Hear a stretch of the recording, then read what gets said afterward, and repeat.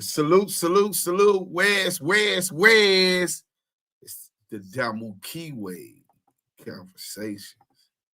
Shout out to everybody in the chat. Hit that like button when y'all come in. Let's get it cracking. Instagram, salute, salute. Facebook, salute, salute. If you on IG, make sure you run over. Stomp down, what up? Run up over to YouTube or go to Twitch at Active Chucks. We are live right now. You want to see the content? We keep the content. That's a fact. So I pinned this for y'all in case you can't remember. You know what I'm saying? Bam. What's up, though? Salute to everybody that's already here, man. We got the content. Y'all already know what it do.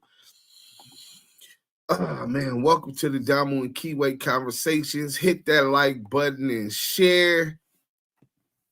Welcome to Damu Kiwe Conversations. Hit that like button and share. Hey, yo, I'm really on my bullshit right now, so we finna go ahead and jump into this song. Deuce Sims, Joe Moses, different beat mix. We're going to wait till y'all get these likes up before we get into the content. I got to get Yael in here anyway. The Keyway Pop Store. I didn't send a link. My bad. Y'all can't blame him. It's my fault. Hit that like button. It's not even what I'm on. Let's do Sims to die. Let's go. Sire, Joe Moses, Fat Rob, different beat mix. That's all you gotta type in on YouTube. But hit that like button, man. It ain't even a fourth yet, and y'all barbecuing pork. Hey, listen, we finna fry the pork monster. Hey, hit that like button, man. Y'all know we on bullshit hashtag ETE. And it's not just expose the exposers. It's edified through entertainment, man. This is what we doing. Edifying through entertainment. Reality. He didn't want to listen to me. He went down there in his Nike Cortez that light up on the back, called me from ICE. I told him it's crazy, scary, spooky, hilarious. DB. Dan Trek, salute to the homie Deuce, double hump, salute. You already know what it do, Five. You know what I'm saying? Dollar Man, I'm on time today. Let's go, boys. Hey, man, salute. Y'all hit that like button. Beautiful black lady. Beautiful lady. Beautiful lady. How you doing? Carolina Connect TV. Deuce M's the dime. What up? Salute to the Blue Wrench Mob. Salute to the Blue Wrench Mob, man. Sherm, salute. Mike B. You know what I'm saying, everybody? Papa Dirt's in the building. Salute my Damu Kiwe Conversation family. We really appreciate it. We need that like button to get this in the algorithm. This is part one, right? This is part one. Kid the Barber, that hook go hard. A nigga could knock something down to this song. You know what I'm saying? That's the type of music I make, man. It's classic, timeless. Speaking of timeless music, Big Gov 313. The D is in the building. Shout out to the D. Detroit niggas. Real grimy niggas. Pork butt and CS2 pork back on the grill. Lil Ace 006. Salute to you, man. That's a fact. But look, y'all know we shadow banned. So we really need Deuce. Can you finally see my face? Let me see. Yeah, I can see it. You know what I'm saying? Nice, beautiful queen. I can appreciate a beautiful face like that. You know what I'm saying? You know. Ragged Milan, Chris Brown on bail. Okay, we got to check that out. I'm glad you would do a follow-up if that's correct, brother. I got to do the research. If you got the work, at Active Chucks at Gmail, Active Chucks on IG. Brian Dow, salute.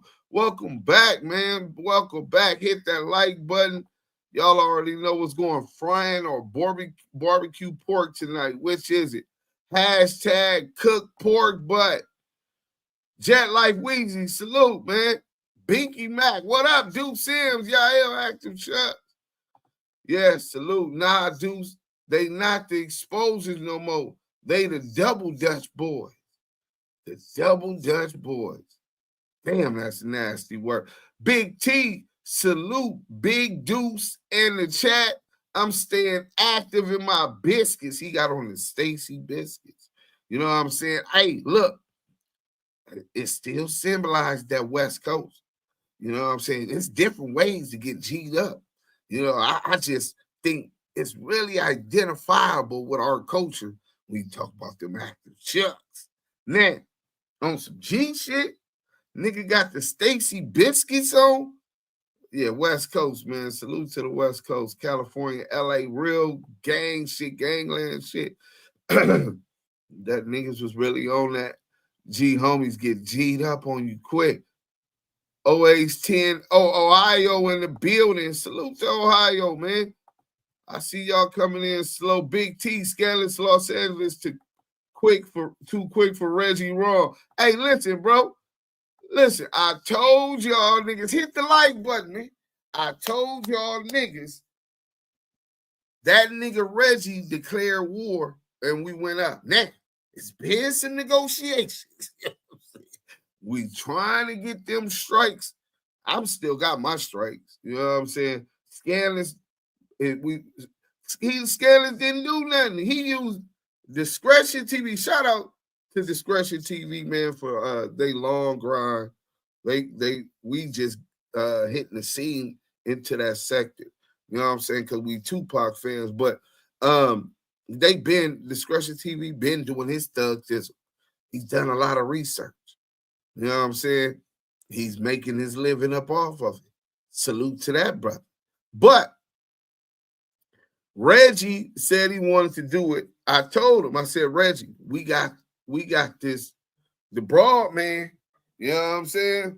Nigga, you keep popping this shit and you striking our channel. Hold on 1 second. Let's get our people up in here, man. Hold on.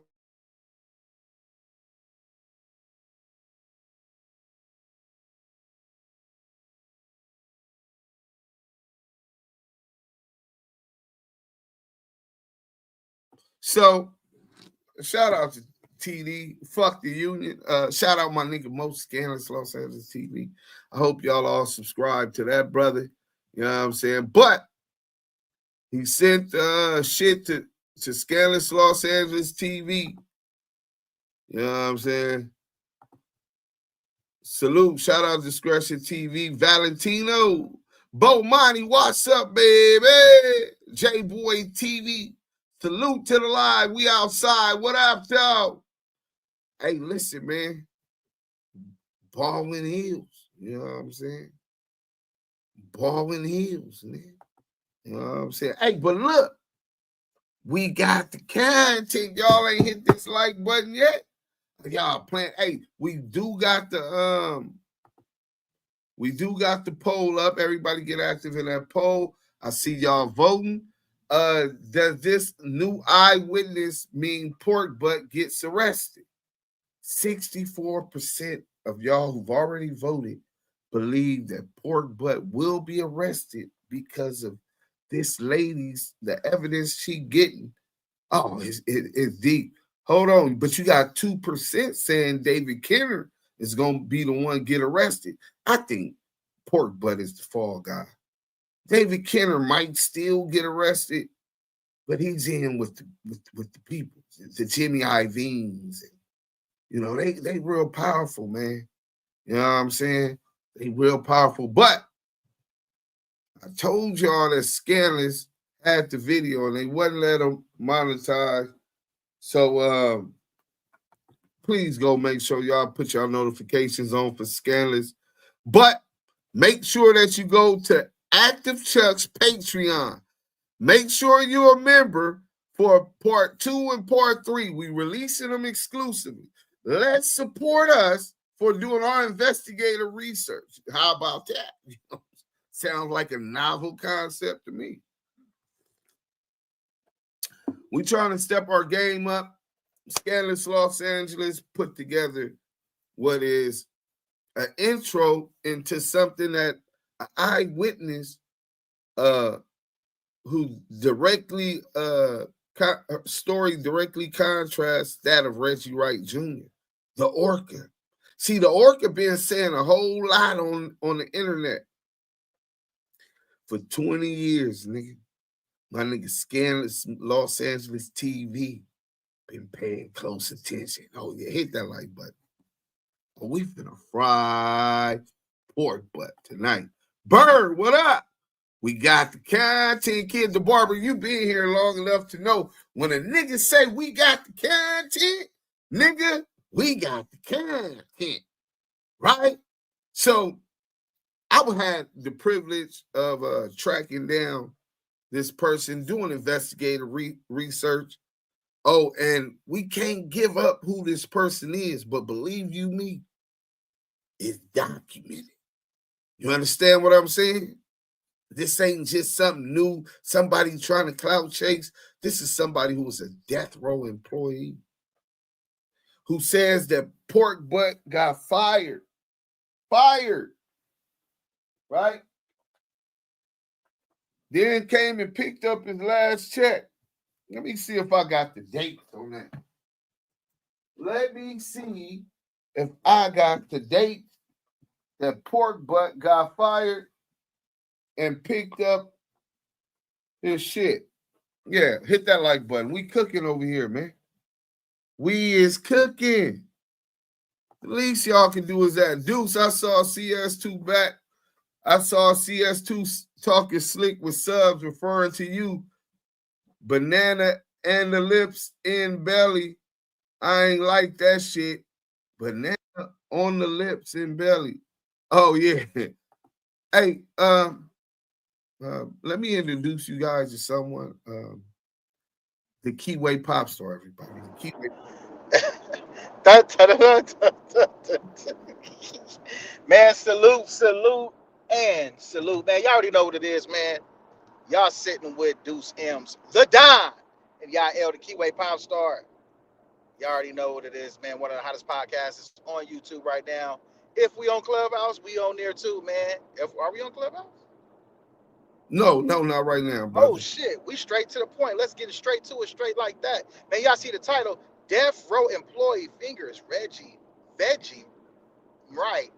Pork butt, come get it. Junior and murders. Unaliving, should I say. Man, y'all know what it is, man. Salute to the chat. You already know that's where it's at. Salute to the Blue Wrench Mob for sure on that job. And if you're a friend that tapped in for the first time, make sure you like, comment, and subscribe to this content. Y'all see what it is. Y'all sitting with Deuce M's The Don and y'all L the Keyway Pop Star, bringing y'all the receipts and the authentic voices of the culture and the West Coast. Damu Kiwe Conversations.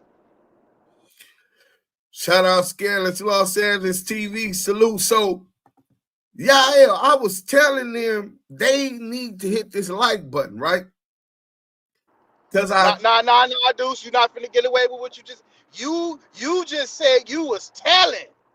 You said you was telling. It's 20. That's why you in witness protection. It's 2025. Meet the new Eminem. You know what I'm saying? Oh man. Wait, let me put it in a better state. I pronounced to the world. Okay. That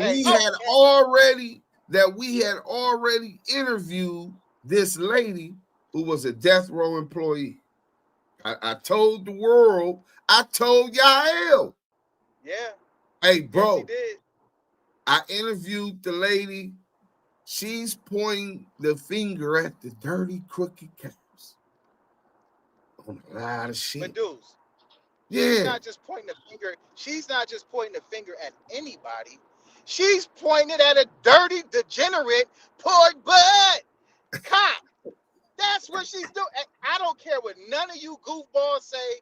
I don't care what no wannabe gangster CB4. This ain't nothing we ain't seen before type of nigga. Listen, that woman is pointing the finger at a dirty, disgusting, fat, grease sweating, pork shoulder, snout having, wee, ratatouille ratting, pork butt. Come and get it. 137. Hey, hashtag pork butt 137. Hey, wait, how do you say it? Say the whole thing so we could add that with the 137. You talking about the names or just pork butt? Come No, get it. that one. Let's hear.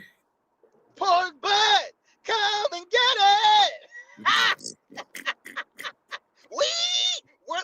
Hey, when he ain't said we, he said Reggie.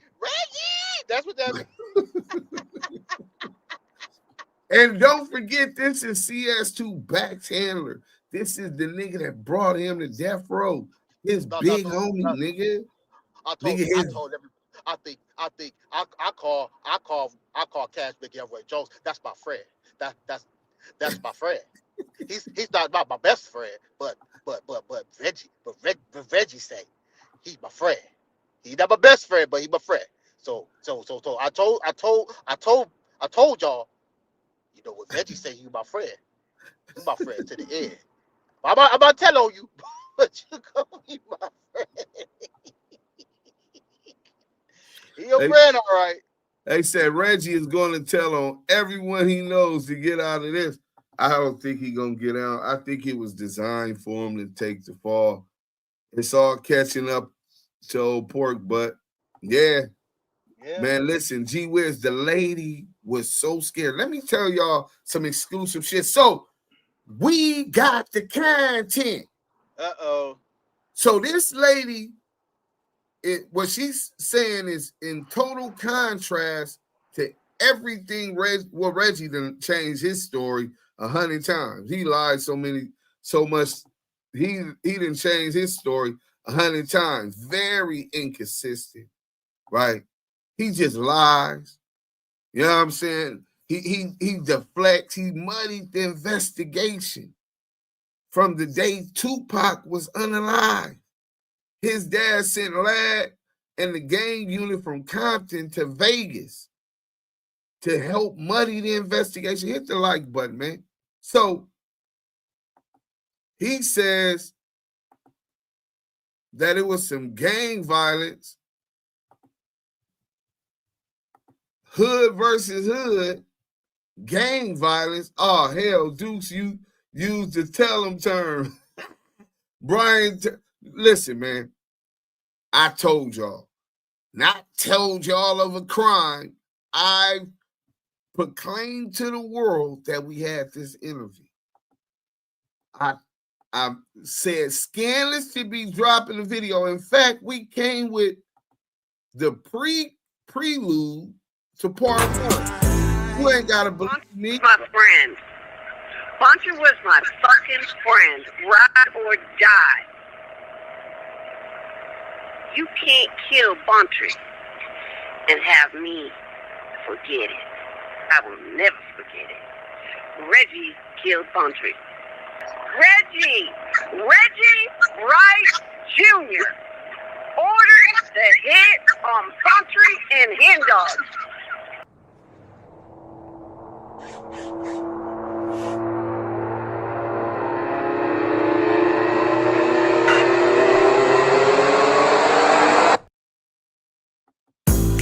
Hey, man. Show my nigga Most Scandalous Los Angeles TV. He put coming, nigga. This nigga striking our pages, right? Hit that like button. Soon as these people get up in here, we gonna get into the content. But he said the Rampart Pigs all got something on with Porky too. He gonna have to go into hiding soon or tell. Man, tell, he gonna tell. But I don't think so. It's been out already that Reggie was a 137. Hit that like button. I see y'all taking y'all time getting up in here. Okay, well, let's go like this. We gonna start with my nigga Scandalous, and then we get to that, and then we'll get back to Scandalous again. You getting a double watch. So if you was late, that's your fault. We not making everybody else wait. Hit that like button, man. We got 100 people in here. We need to have 100 likes. But hey, the nigga Scandalous did some good shit. He played if you're trying to get some placements with Scandalous, tap in. I can link you with his email if you're a musician and you want your music product placement into the content from Active Chucks or Most Scandalous Los Angeles TV. Tap in, your preference. We can link you up with that for the loadout. You know what I'm saying? But look, tell any artist you know, if they trying to get on Scandalous or Active Chucks, hit that DM. You know what I'm saying? Serious inquiries only. But look, when we got that whole interview, y'all got to go follow the Patreon. Pork Butt is already reporting my page, and y'all know he's going to try to get my channel taken. He said me and Reggie Bimbo. Bo Money, Jerry G, Kid Q, Big Gov, salute. Zagante, beautiful black lady, G Wiz, salute. Listen, man, y'all got to go to Patreon, Active Chucks. I'm going to put it in the chat. Patreon, Active Chucks, and we going to be uploading part 2 and 3 now. Pork Butt. You wanted this to be over. You were seeing the strikes. We're going to put up part 2 and 3. We're going to cut out the part you said to give you a little time to think about our offer. See, if nothing, I want the people to be able to say the Damu Kiwe Conversations, the Most Scandalous Los Angeles TV, they gave him an offer he couldn't refuse. You understand what I'm saying? Hit that like button, man. And if y'all want the exclusive on the interview part 2 and 3 with this person, because it's going to come out who she is. It's already documented. See, all you got to do is go check Tupac and Biggie murder conspiracy. Death Row had 18 informants. Yo, I be folded when y'all impersonate Veggie. Y'all's a problem. Hey, Veggie wrong. Hey, Veggie, what's up, blah? Miss Benita's on one again. He want to keep you off the internet by all means. Listen, I'm going to put that up there so that they can't. If y'all want the content, y'all going to have to go to the Patreon. Me and Scandalous is not finna get hit. Listen, we need the support anyway. We need the support anyway. Go run this video up on Scandalous page, man. Let's go ahead and get to it, man. Shout out Blue Smurf. He got a smacker. Scandalous made sure he got it out there just on the strength. Shout out to the Black Mouth. Scandalous Los Angeles. This is a dude that trying to call himself LA Scandalous, gets into black politics. That's a cracker. Well, not a cracker. Well, he's a cracker. What I mean by cracker, I don't say white people crackers. There's people have crackers that are. Hey, wait, y'all gotta start that back over. Hit that like button. This nigga Scandalous got Pacifist John in the back, like Beast on CS2 back, nigga. Just a ad libber, nigga. This nigga got John, and then he listen to him in the background, y'all. This nigga Scandalous ain't shit. Die from a stock clip. It's that hot shit, the type of music make your homies bang in traffic. See the enemies and get active.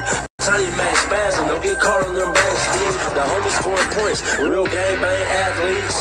Hey, a gang of bitches in my contacts, Blue Range, the riches, mafia, crippin' and all that. Yeah, that.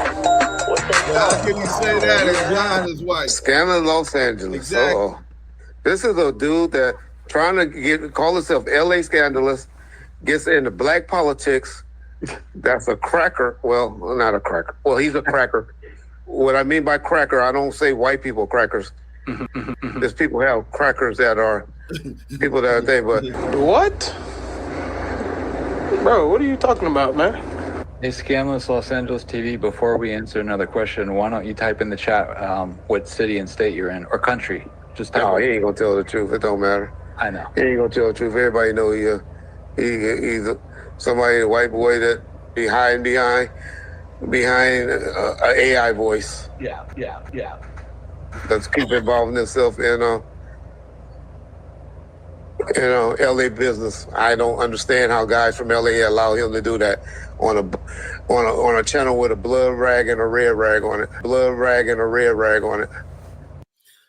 This is how discombobulated Reggie Wrong is. He said got a red rag and a what did he say? The nigga said red. It's supposed to be a red flag and a blue rag, right? If you know, you know. This nigga Veggie is talking about the Damu and Kiwe conversation, got a red rag and a red flag. Listen, and he mad because we got the red and blue rag is what he really want to say.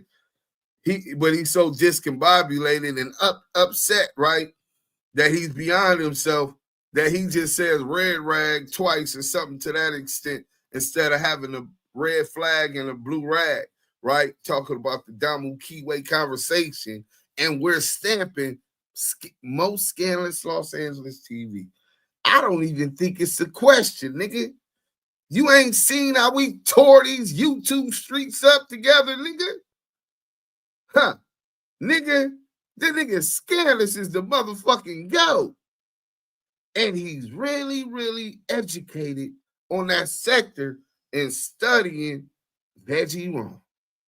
Let's get back to the content, though. Let's keep involving himself in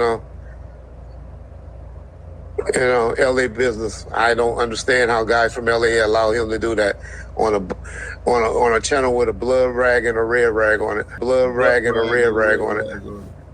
I really don't get it. That got on the channel that got a blood rag and a red rag on it. The red flag is the blood flag. What the fuck you mean? And blood's got flags, not rags. It's the difference.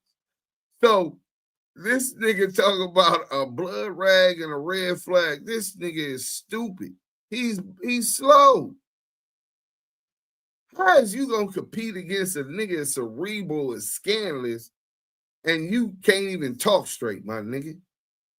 You can't even, you talking about who shouldn't speak up on LA culture, nigga. Nigga, you a suspect in Pac death, nigga. Nigga, you supposed to did all kind of underhanded shit, nigga.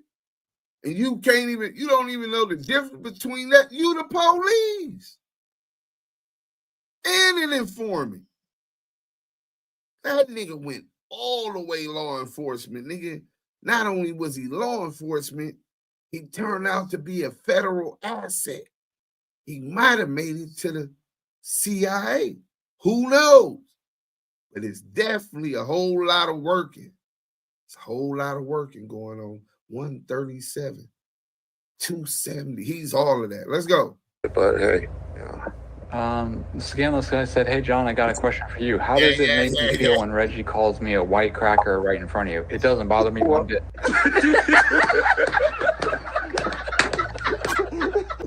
because he's not a cracker. Yeah. See, Yeah, did you hear this nigga? What do you say, Deuce? Listen to this, bro. You got to react to this on everything. John, I got a question for you. How does the blood rag and a red rag on it? Blood rag and a red rag on it. I really don't get it. A blood rag and a red. What? The scandalous guy said, "Hey John, I got a question for you. How does it make you feel when Reggie calls me a white cracker right in front of you? It doesn't bother me one bit." That nigga Scandalous. That nigga Scandalous said, "Hey John, this question's for you. How does it make you feel when Reggie calls me a cracker right to your face?" Yeah, like, well, I mean, I think when you're working with your lover, it probably won't offend you as much because they have a love-hate relationship. So, you know, if nobody knew, breaking news, that's Veggie Wrong's lover.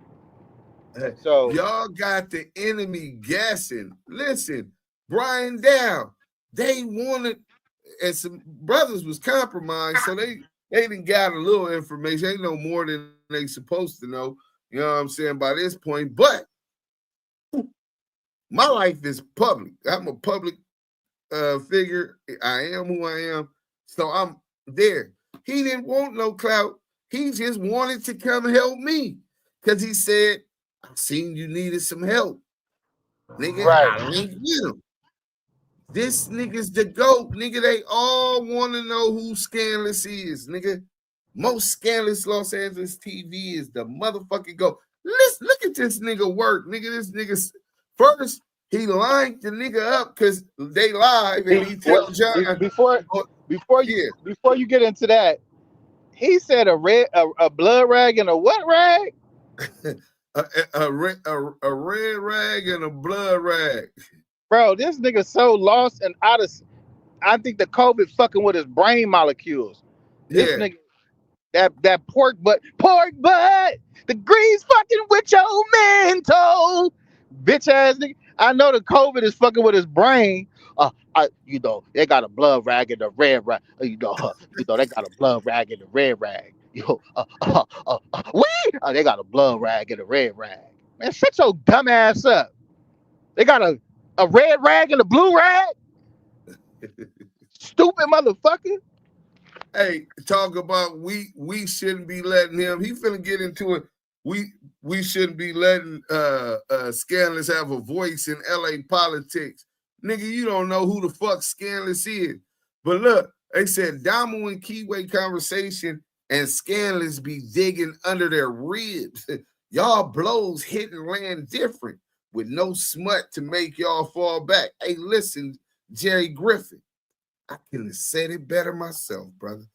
Thanks for the compliment. We got a super chat, y'all. We got a super chat. Hey, man, we got a super chat. Ice Man Vamp with the $5 super chat. Reggie and John got an agreement. Reggie can call people crackers, and John can use the hard ER. I believe it, Iceman. Iceman Vamp, we appreciate anything and everything that's given to the Damu Kiwe Conversation team is highly appreciated. Salute to you, your family, and your tribe. They said Veggie can't even get a sentence out without a defibrillator. Defibrillator. Clear. Hey, remember the emergency lifeline yesterday? Beep, beep. Yeah, that shit going 24 hours when we recording them, lining them up. So look how Scandalous line this nigga up on this one. This nigga Scandalous sees John and Reggie Wright Jr. live. So he trolling. Scandalous is a troll, nigga. Nigga, he ain't gotta come out. He gets in your mind and asks you the questions you don't want to answer. So when going live, YouTube is a whole nother game. You know what I'm saying? So Scandalous said, send a super chat. Hey, John, this question's for you. How do it feel when Reggie calls me a cracker right to your face? You like that? And he ready. He said, I don't feel no way and this and this and that. Listen to this nigga. All right. Scandalous is lining these niggas up. Hey, John, I got a question for you. How does it make you feel when Reggie calls me a white cracker right in front of you? It doesn't bother me one bit.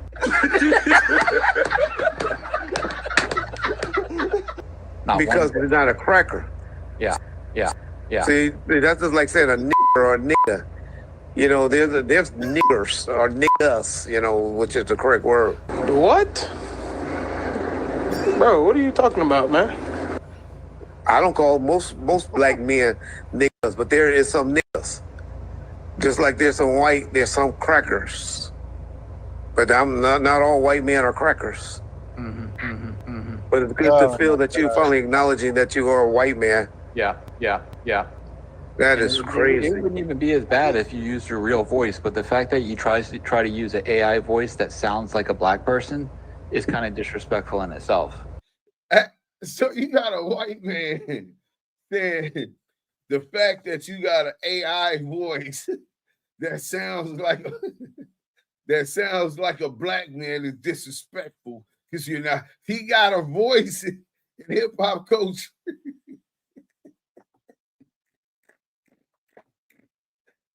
Nigga Scandalous got these niggas. He be like, Scandalous Los Angeles TV in this episode. He's a white man with a black man's voice. Hey, bro, Gotcha, bitch. this is monumental. Cause Scandalous is responding to their calls.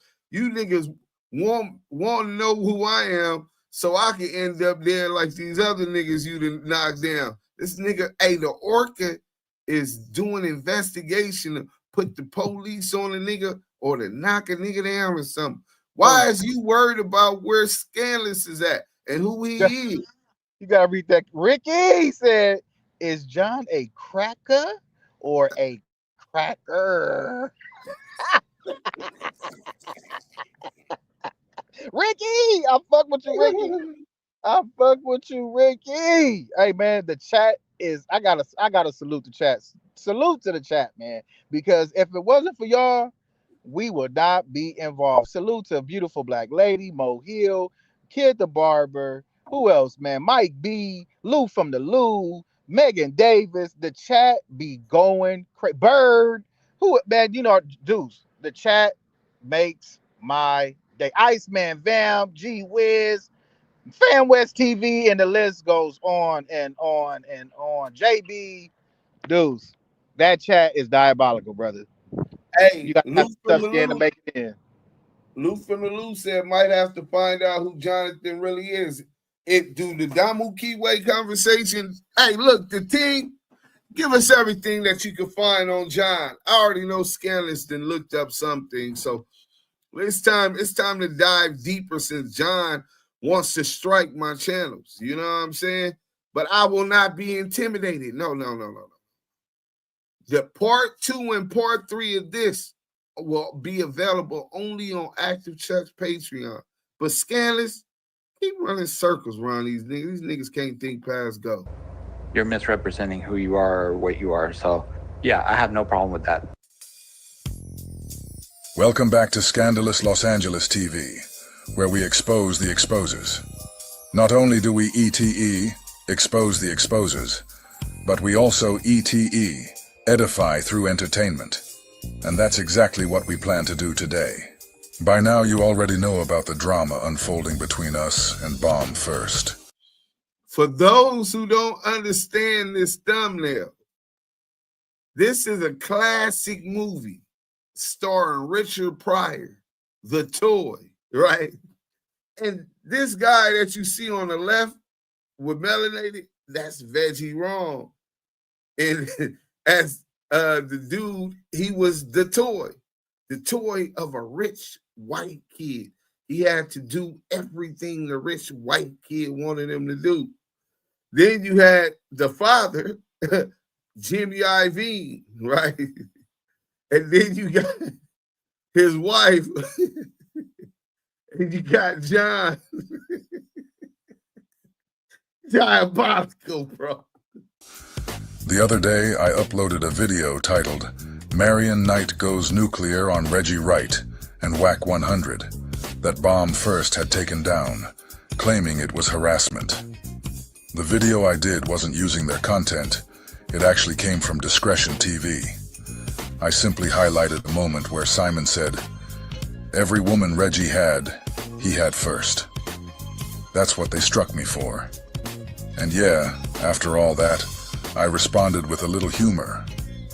Dropped a few funny visuals like Notorious B.I.G. and the refrigerator Reggie. But only after they tried to take me down over content that didn't even belong to them. Then they took it a step further and hit me with a copyright strike on a full-length documentary I produced myself. That wasn't about copyright. That was about trying to silence me.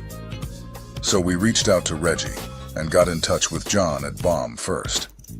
Reggie and John agreed to retract the strike, and we're just waiting for that to go through, and I appreciate that. We also reaffirmed the original agreement. I can still cover Reggie when it's relevant, as long as it's done respectfully, which it always has been, until the strike. But he want to say this, try to promote his little channel. Reggie, I thought you said you could tap at each other. We can't tap each other, but lie on people? Why you struck me? You struck Scandalous, John? Yep. Oh, you did? Okay. Oh, Yeah, I knew we did Deuce. I didn't know you got him. You said I was Deuce's girlfriend. All I did was tap at you with the refrigerator. You do stuff every day talking about, you done made up some female talking about. Reggie gets pissed, tries to get his lawyer in there, right? Suge wasn't going for it. It ain't Reggie's company. And you put stuff on there calling me a pig. Reggie the Notorious Pig. The And you don't think I can tap at you? Like I said earlier. The Notorious P.I.G, nigga. Nigga, this nigga Scandalous is crushing these niggas in the YouTube streets, bro.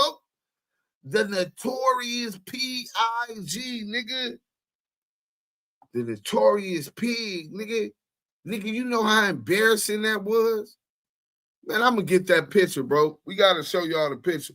I'll push play. Let me go get it. Here. The only reason I even responded that way is because John struck my page. At first I thought it was Reggie, but Reggie just confirmed that John was the one who did it. And you know, hey, play fair. Use your own stuff. Use your voice for once. Stop using the AI voice. You know, it's sad. It's really sad. These white boys can run entire YouTube channels using AI voices. No face, no name, just content.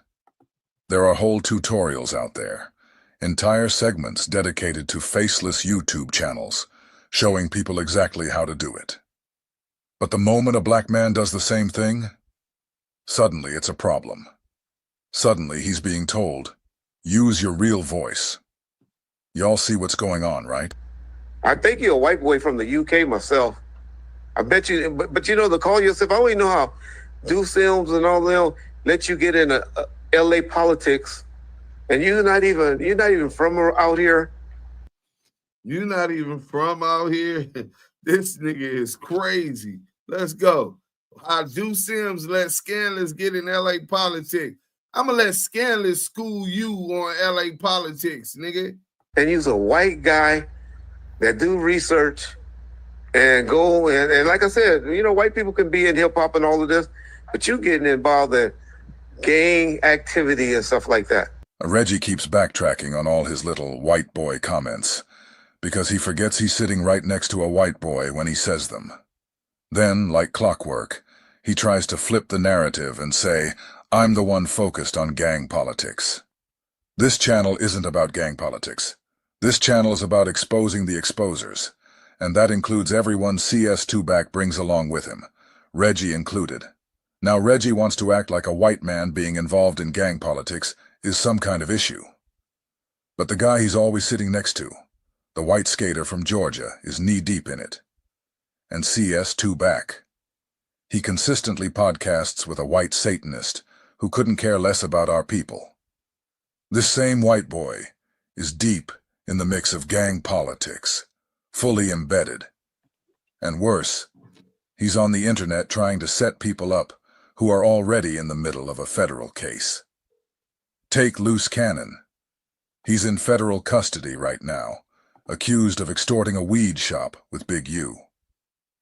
But not once did Loose Cannon go on Adam 22's platform and admit to extorting a weed shop. Not once. But Adam gets on a recorded call, knowing the feds are listening, and asks, you robbed a weed shop, or you extorted them, right?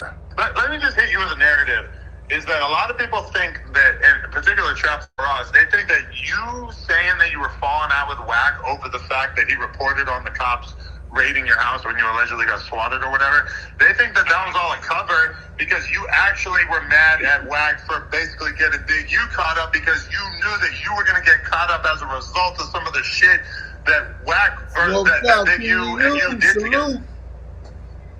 No, well, me and Big Useless didn't do anything. Me and Big Unisex never did not one thing together. So you robbed the weed shop, or you extorted him, right? You robbed the weed shop, or you extorted him, right? You robbed the weed shop, or you extorted him, right? Hey, bro, I don't never want to hear you niggas defending this devil that you niggas is taking to y'all hood day, bro. This nigga is Babylon, my boy. What a gun star.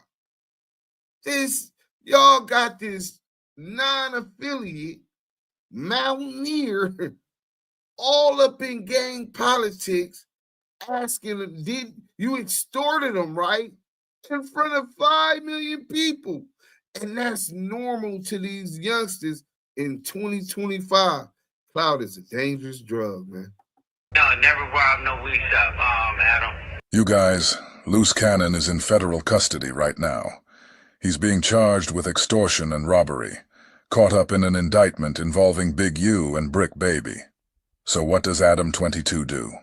He gets on the phone with Loose Cannon, on a federally recorded line, knowing full well the feds are listening, and tries to bait him into admitting to the very crimes he's being charged with. Right. Adam literally tries to get Loose Cannon to confess on tape. And after pulling a move like that, Adam still turns around and inserts himself into gang politics like it's nothing.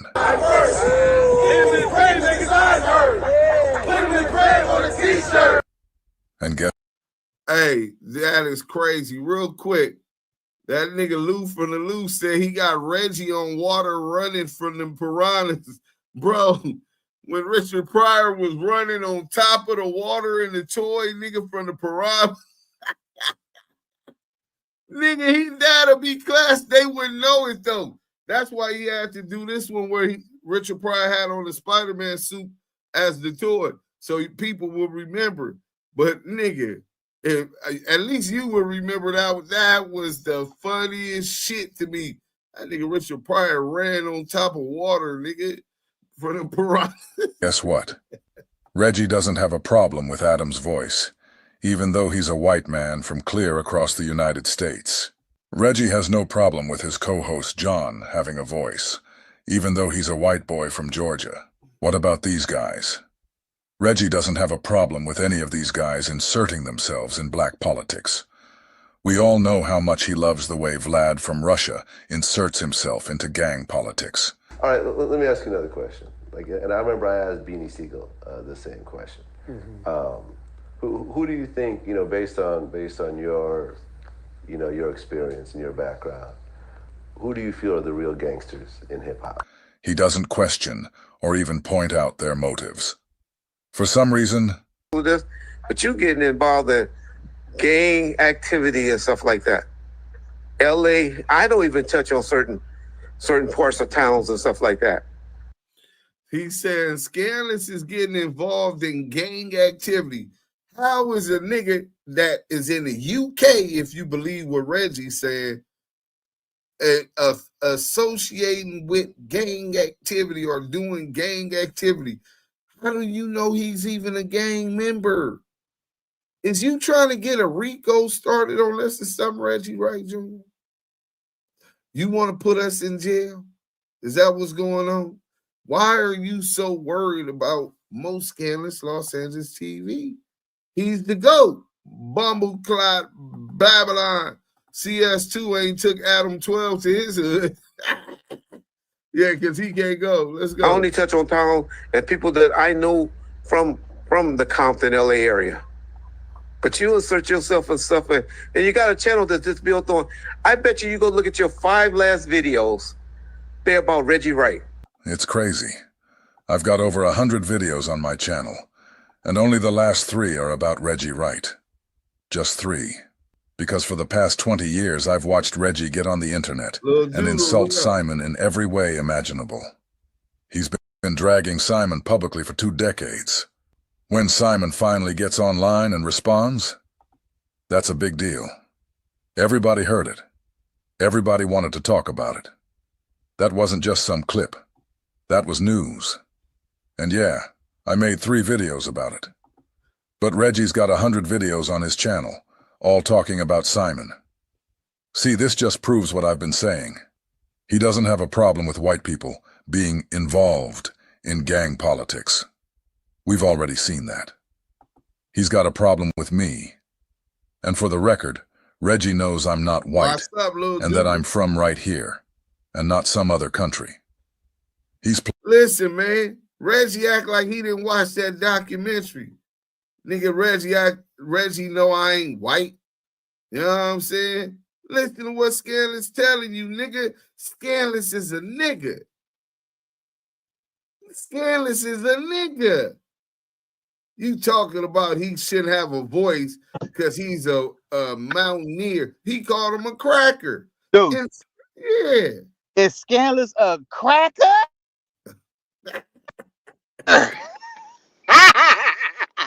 He's a nigga. Yeah, he's a nigga. Hey, we got a super chat, y'all. Could you handle that one for us real quick? You can see that one. What, the super chat? Yes, sir.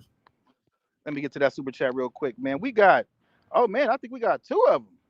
We got Iceman Vamp, the $5 super chat. Reggie doesn't believe black people can do thorough research. That is a fact.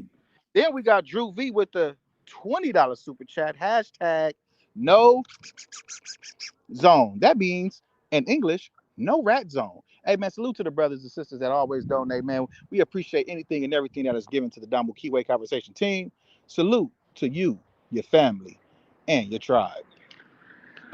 Well, salute. And to answer that question about how he feels or perceives his own people not being able to do thorough research, just really reflects how he feels as being a black man, how he feels about himself. You know what I'm saying? So, little doodles, what's up, Deuce Sims and y'all L champs? Keep y'all foot on their neck. No rat zones, man. We own them. I told him. What's up, baby? I told Reggie what to do. I mean, don't make me drop another atomic bomb. This one is definitely Hiroshima. Let's go. He's got a problem with me. And for the record, Reggie knows I'm not white and that I'm from right here and not some other country. He's playing dumb like this, so that when his tactical team knocks me down, he can act like he thought I was a white guy from the UK the whole time. Don't let Reggie spin you. You know, you just want to do videos disrespecting me, and I'm glad John got your ass. I hope you use more stuff. Matter of fact, now that I know he's on your ass, I thought you were just messing with Deuce. I was gonna let Deuce off the hook. I was just showing Deuce, don't mess with me. But since y'all want to go ahead and take it, I'll get y'all channel taken down because y'all don't use nothing but our content. Y'all don't use nothing but our content. And so I'll get y'all taken down for 14 days. So you learn how to do your titles. You put out. So now you learn how to do your titles. So he don't like our titles. Stuff that's correct information. Make sure it's correct information. So he's asserting that we told a lie about something. What lie? What we lie about? Veggie wrong? Reggie keeps talking about putting out correct information. But let's be real. How many times have we caught Reggie putting out false information on his channel? He's been pushing lies and misinformation for years. That's not even up for debate. And now he's trying to lecture me about accuracy. He's out here demanding that I put out correct information. But the crazy part is, I still don't even know what he thinks I got wrong. What exactly did I say that wasn't true? But this is disrespect people and lie on people? Talking about some female, you got some female. You up there talking about my car got repossessed. Wait a minute. They repossessed my car from me. I hadn't drove the car that I bought for Buntry. I gave him on the date sometime in September and let him drive it around every day until he got shot and killed in it. So y'all just got all your information, just making up shit. Got some female, bet she won't ever say her name, talking about that she went to the law to sue me. How could Buntry sue me for anything? The bankruptcy estate went through Suge books like crazy. Never got sued. So all of that, y'all stuff that you're talking, somebody. He never got sued. But nigga, this is when Suge got home and realized you stole all his money. It wasn't Buntry that was suing you. He's supposed to got $1 million out of Suge if we believe what you said. So if Suge trying to get him $1 million, but the money's been stolen, right, by you. They go talk to some lawyer. And when they talk to the lawyer, they trying to get a lawsuit going because you stole Suge Knight's building. Oh, you stole the building. You stole Suge Knight's money for 5 years with an alternate bank account called Death Row Records. Fraud. Stand on the media, bird, salute. And then they'd have moved all that shit to the Caymans. You know what I'm saying? Him and David Kenner. Let's get to the thing. You got some female talking all of this shit. I bet you she won't ever say her name because I know she ain't worked for no death row. I didn't give Buntry the car. He was driving it. The car was in my name. Salute. It wasn't a gift. It was just, here, nigga, drive this. So you can be around and follow Suge around. And how many cars, Reggie, were quote unquote in death my row name cars that were in your name? Yeah. 3 of Suge cars was in my name. Okay. The limo was in my name. I had probably about 5 or 6 cars. That's all I wanted to tell people. Yeah, 5 to 6 of the cars that were around there was in my name. So what I'm finna do, I'm finna send this into YouTube. And since you want to play the report game, we gonna come to some kind of agreement, pork butt. But if you didn't hear what Cameron said, good. Now you guys have him on tape admitting to using a copyright strike system for malicious intent. Yeah, we got him. He want to play them games? Oh, you gonna bow and kiss the ring, Reggie, right?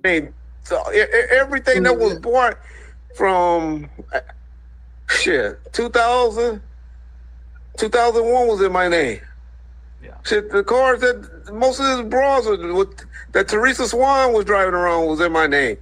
The house in Malibu that she stayed in was in my name. The house that Stormy and Lil Suge grew up in was in my name. So yeah, I'm the one that handed him the key. Yes. So Reggie hired this firm and formed a company called Death Row Records, which Reggie was secretly stealing Suge's checks and putting it in that Death Row Records bank account. So Reggie had already taken the building, right?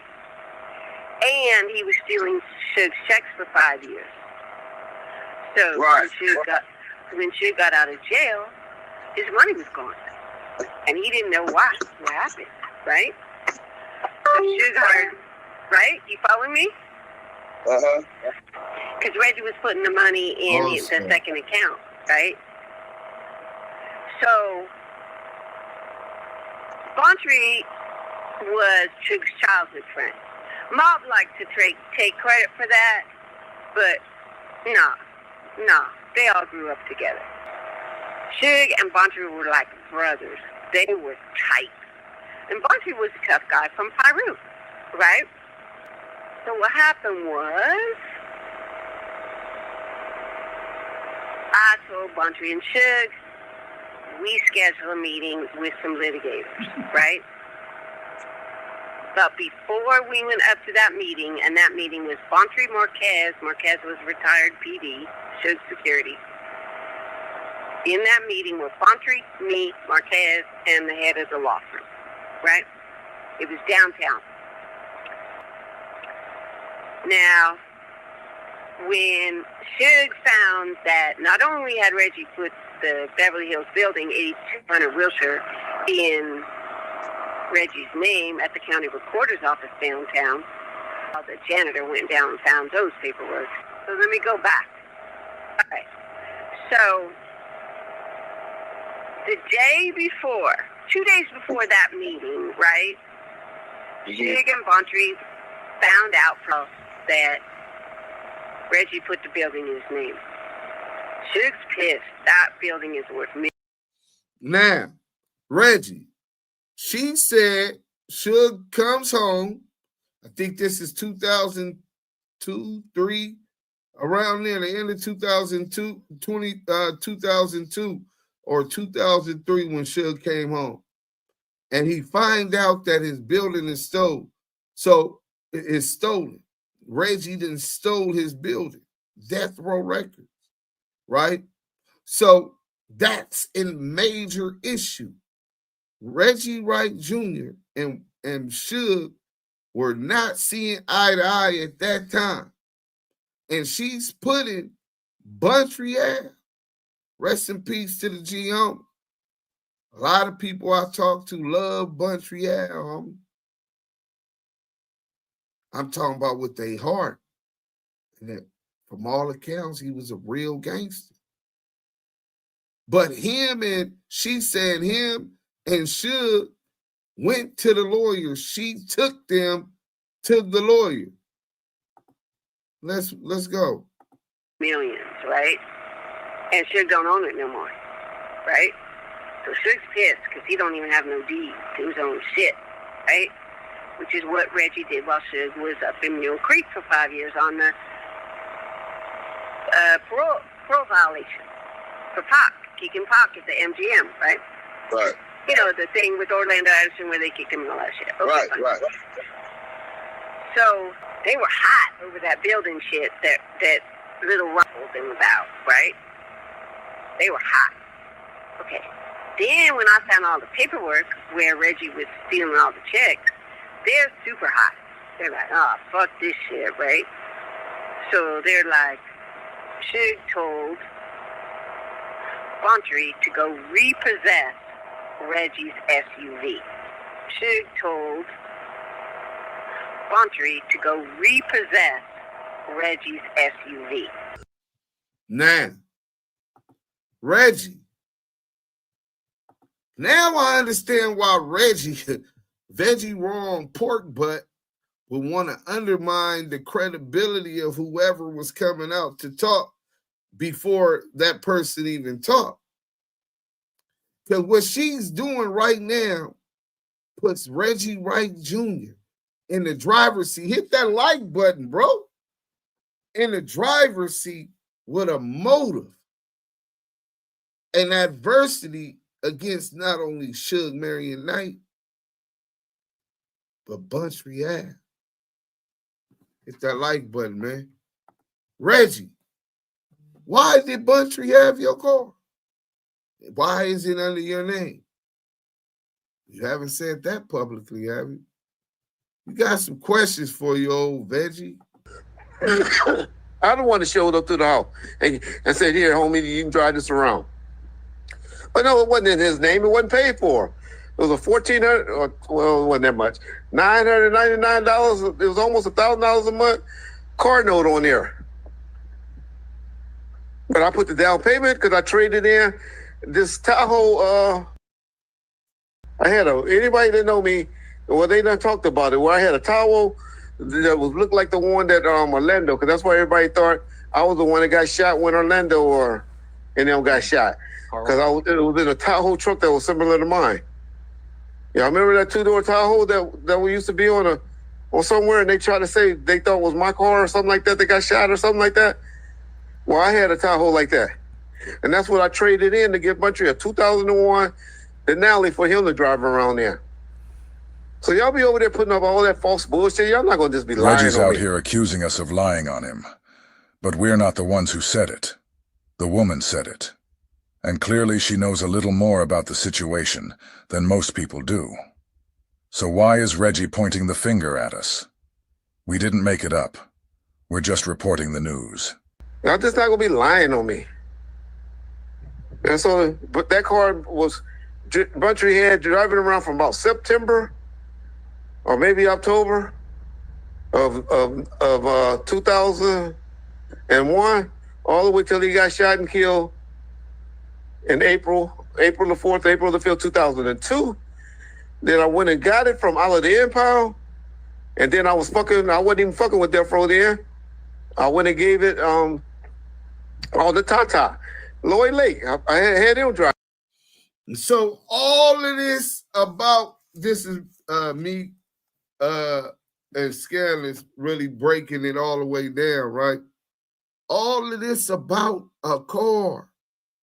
So let me just give you a little bit of a timeline, right? So Reggie puts the building in his name. Reggie was stealing all the shit. Suge tells Buntry, go repossess the truck from Reggie. On January 2nd, 2002, Reggie just got fired. February 28, 2002. And on April 1st, Reggie picks his shit up. His last check, he picks up his last check April 1st. The truck was taken and repossessed from him, right? Then they get a threatening call at Death Row Records, right? At the office about to Buntry, allegedly. And then April 2nd, Buntry Al is unalive. This timeline is very nasty for Reggie Wright Jr. Of course, he would try to undermine this person and their credibility and spread disinformation because it's not looking good for Reggie Wright Jr. You know what I'm saying? Let's get into the chat before we get back into it. Oh, yeah. Daz, we're going to get into some of that about the money shit later. I want to get back to this, but I want to hear what the chat is. Stay active in the chat. You mean Tahoe Veggie State? Is this the money Suge said he was sending to his father? So Buntry was broke. Buntry wasn't working. No, Buntry worked for Death Row. He was on salary, bro. He wasn't broke, but he was supposed to get looked out for. Why did you let Buntry drive your car? Yeah, because Suge told Buntry to take that. Nigga, you got fired February 28th, nigga. And you picked up your last check April 1st. So why would you want a car that's supposed to be a Death Row car that's in your name? Why would you be wanting to get that back in the first place? Reggie, we got some questions, Reggie. He did all that on a security guard salary, right? Reggie knew people were after him. Raider Q, sometimes it is best to keep your enemies close. Reggie at 270, he not going back. He telling, yeah, he ain't 137, he 270. Miss Lisa, Deuce and Keyway, salute. He said G rolled up on him thinking he was someone else. Wait, who said G rolled up on him thinking he was someone else? Reggie? Salute to the chat. You already know, Deuce. On point timeline, yeah. Veggie, a zesty, garbage-ass football player that had the luxury to have Suge Knight as his best friend, and he had envy in his heart his whole life for him. You could tell using the police to try to steal. You could tell using the police to try to steal. Hey, listen, man. Let's break it down. Edified through entertainment. Hashtag ETE in the chat. Expose the exposers. Edified through entertainment. Scandalous did that. We almost done. I know that just don't make sense. Shit Reggie was saying. Right. I thought the same thing. It has to me at some point. You have to cut ties. Zesty ass Veggie. Deuce, is this the time period that Veggie was slanging? I don't know. Reggie was always putting himself at crime scene. We don't know how far back Reggie was slanging. You know what I'm saying? We don't know how far back he was selling. Marijuana is all he was ever claims he pled to. So I don't know if he was selling anything else, but we don't know how long he was selling marijuana. The plug and the police. Hashtag Veggie wrong in the chat. Hashtag ETE. The plug and the police. Driving it around.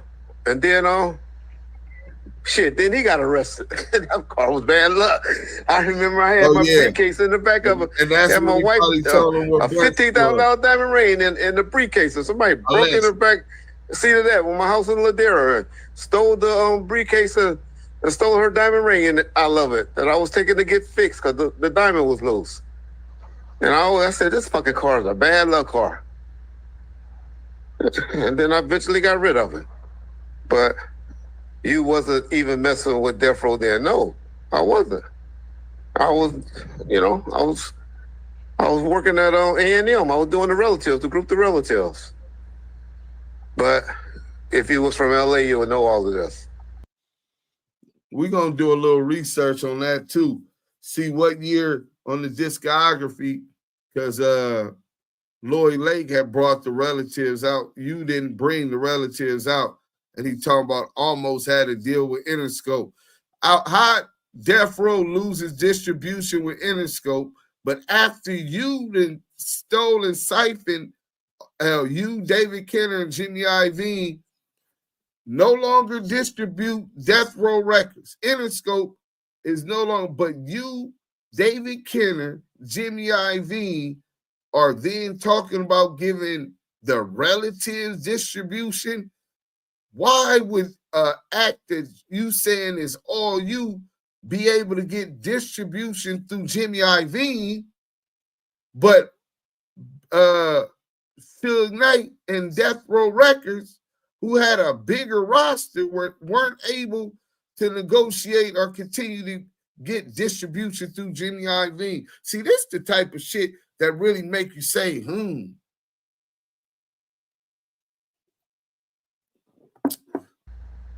needed to get off the internet and find somebody else to try to get your views. But, I looked at your views.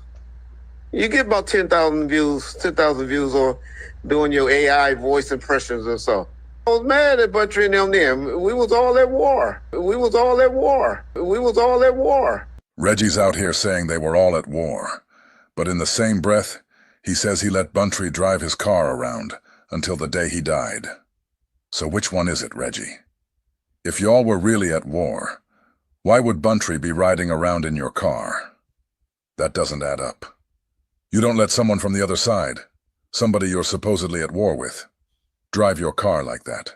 Especially not up until the day they die. There's rumors his team. We was at war. We're not war shooting up each other, but it was like fuck each other there. Suge was trying to kill off my album, The Relatives. I had Interscope almost about ready to distribute. Wait, so you had war with Suge now that he done came home, since we got this timeline, right?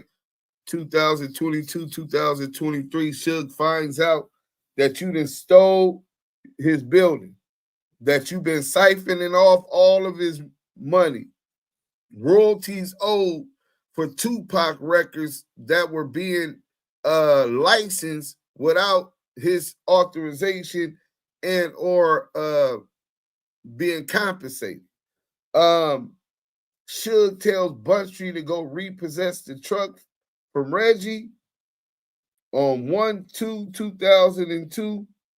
Reggie got fired February 28, 2002. And April 1st, he picked up his last check. Hey, Reggie, why don't you show us a pay stub of your last check? Right? Why don't you do that? Your last check with Death Row, 2022, 2023. Let us see what you was getting paid on that you were able to buy an industrial building. Let's go. So I wasn't fucking with them then. I wasn't fucking with those Death Row dudes there. So. That sound like a motive to me. But hey, scandalous. You do what you're gonna do, but I didn't go to the funeral. Yeah. James, y'all heard me tell James on a live stream I didn't go to, or on Gangsta Chronicles, and James was in shock. He didn't remember me not going. Then you don't go to Buntry funeral? So he should have that money sitting somewhere in an account in another name. Yeah, he got offshore account. You got to think David Kenner was the king of that type of shit. David Kenner doesn't get enough flack. David Kenner was the one who backstabbed Harry O and got the money to start Death Row Records, allegedly. You have informants also adding a little Pat in there, right? As an investor, allegedly. right? This is what Harry O and them is putting out. David Kenner was the lawyer that took Suge Knight to MDCLA, where they're protesting right now. The federal building where Big U at on lockdown because they protesting out there, right? To visit it as if Suge Knight is a paralegal or something with his firm. And Suge Knight was able to talk to Harry O, and he let him know about Dr. Dre and Snoop Dogg and his team he's put together in the music industry. Harry O already having ties to the music industry, even to Denzel Washington. There's definitely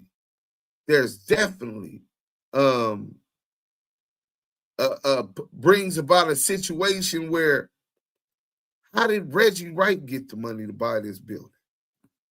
Should that have that money sent somewhere? But back to this lawyer, he always wanted to be a lawyer for the mob. He was a small hat, Las Vegas, grew up with a lot of mob bosses' children. And he ended up being an attorney for the mob. But I'm quite sure there's a thing. David Kenner is the mastermind behind all of this. I believe so, but I believe that there were powers, and Reggie Wright was the orchestrator of the actions. But David Kenner definitely, you don't steal the money from Harry O without David Kenner. Then you don't steal the money from Suge without David Kenner. David Kenner was the machine for Death Row Records from the legal standpoint.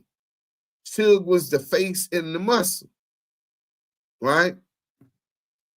Y'all was beefing, but he was in your car when he got killed. You didn't go to the funeral, shaking my head. Listen, they was beefing. Then he said Suge is hating on him, getting distribution through Interscope. So now Suge is telling Jimmy Iovine, fuck you mean you gonna get his fat ass police nigga a motherfucking distribution for a label he got going on the West Coast? Where the fuck my money at? What the fuck kind of shit y'all got going on? So you motherfuckers is all in it together? David Kenner, what kind of shit you got going on with Reggie and Jimmy? Nigga, you ain't finna be asking where $300 million went. You been in jail, nigga. You get to spend $300 like everybody else. Nigga, you get a package once every 3 months like every other inmate, nigga. Ain't nothing special. I mean, you got fringe benefits because you got that bag. You know what I'm saying? Money can't make the police talk, allegedly. You know what I'm saying? But yeah, it's looking nasty for pork. But I thought Kawhi Leonard was the claw, but Veggie is the real claw. We can't forget about him. He knows all of the shortcuts around the law. Big U, Brick Baby, Lil Durk. Yeah, Kenner is the legal mind and all of this trickery. Yeah, man. Yeah, ready to cue him in his plastic face. Yeah, hey, dude, y'all, I seen a conspiracy theory wing that they said they believe David Kenner was like out for some type of alien or clone or some shit. Nigga, a cold agent. Yes, Miss Lisa, wasn't Kenner a former DA? But remember, Tupac was allegedly being extorted by the JDL, right? The defense league for the small hats. It's man, listen, bro. And you gotta think David Kenner signed this deal with Tupac. And in California law, I think that Tupac signed a great deal. For where he was at, it was a great deal. But Suge was cooking the books on Pac. Pac was owed $10 million in royalties. And Suge is writing them off and as if he keeping them in the red, like he haven't recouped. How a nigga go diamond and then go diamond again, and you talking about I ain't recouped. Nah, my nigga. So allegedly, Pac wanted to see the books, right? So David Kenner, by signing the original contract, where it was 3 albums, Pac is allegedly arguing, nigga, All Eyes on Me is 2 albums. That's a double CD. After Machiavelli, that's it. There was that dispute, right? David Kenner is looking because Pac is saying, nah, nigga, it's a conflict of interest with this nigga David Kenner being my lawyer and lawyer representing Death Row Records. And you niggas talking about I ain't recouped. Nigga, I'm firing David Kenner. David Kenner is getting cut out. David Kenner got Tupac out of jail, nigga. Nigga, you think with that kind of investment, a nigga like David Kenner was just going to allow niggas to cut him out the equity within Tupac Shakur? The Jewish Mafia. Yes. Just as they said with Eazy-E. God bless. Shout out to Lil Easy, man. We got that interview with Lil Easy. Go check that out, man. Sharp youngster, man. Hey, Lil Easy. There's a lot of people who are from the thought that maybe that's who implanted Easy, so they can steal his catalog. That when you got them big catalogs, look at Prince. Remember Prince put slave on his forehead and changed his name to a symbol because the name Prince, that artist Prince, was under contractual obligation with a record label and he deserved to be paid better. Look what happened with Prince. A happen chance overdose with his physical therapist. What happened with that? Who owns the masters to a lot of his music. That's my favorite artist. Before Tupac, Prince is my number 1 artist, not MJ. Bad motherfucker. But Prince play all them instruments, right? Prince write all that music, even wrote for a lot of other people, Vanity 6, those groups he helped create. So, Morris Day, you know what I'm saying? But listen, what happened to MJ and him? What happened to Prince? They got these little kids talking about that they were told to say this to get them allegations against Michael Jackson. Rest in peace. Like, look, they going in. Pac fired Kenner and Reggie. Fact. Pac fired David Kenner and sent the fax to fire Reggie Wright Jr., Right Waist Securities. So he's definitely building distance in between Death Row Records, David Kenner, and even his security force. He's not trusting these niggas. Now, with that being said, Pac was M.O.B. Pac was M.O.B. Got put on. So with that, that doesn't mean he's beefing with Suge. We got a dispute about some money or something. We try to work through that. That don't mean that I don't trust you with my life. I don't trust this police nigga with my life. Right? It's not that I don't trust you with my money. I don't trust Death Row with my money. Because David Kenner is representing me and you. That's a conflict of interest, legally. So we firing him, and I want to read the books. And that's something that's crazy, because this is where the scrutiny from my part comes on Jimmy Iovine. Interscope owns 50% of those masters because they had a 50-50 deal with Death Row Records.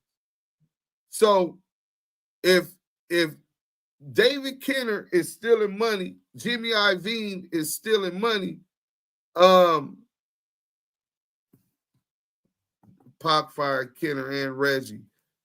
And Pac fired Reggie.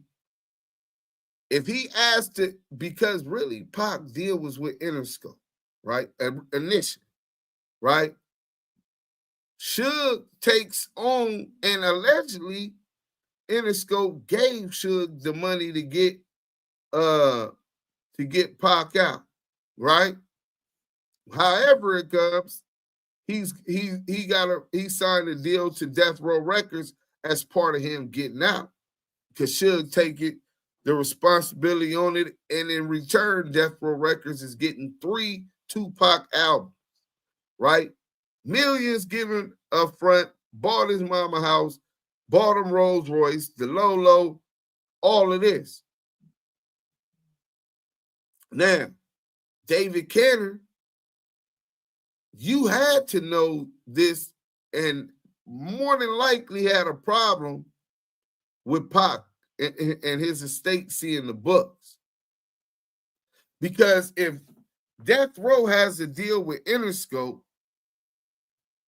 and Pac is saying he want to see the books, Interscope is also got access to the books. Because the deal really and contract really originally was just through Interscope. They let Suge in to play his position. So Jimmy Iovine, I'm talking about a motive. Did you have a problem with Pac seeing his books? Did you ever get any requests from Pac requesting, or his attorneys requesting to see the books?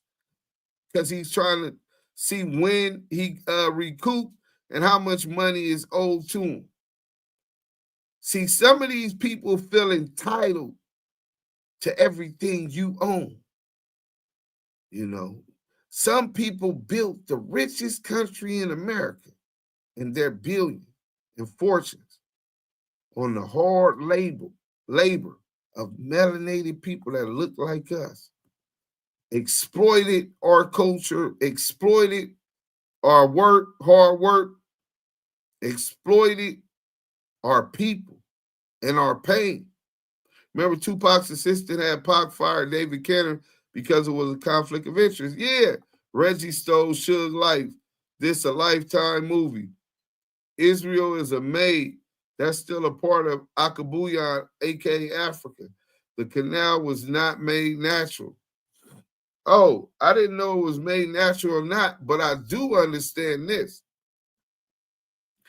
It's connected to the earth plate, is still connected to the motherland. That's a fact. So who is Kenner connected to? Oh, this shit get deep quick. Well, I can tell you this.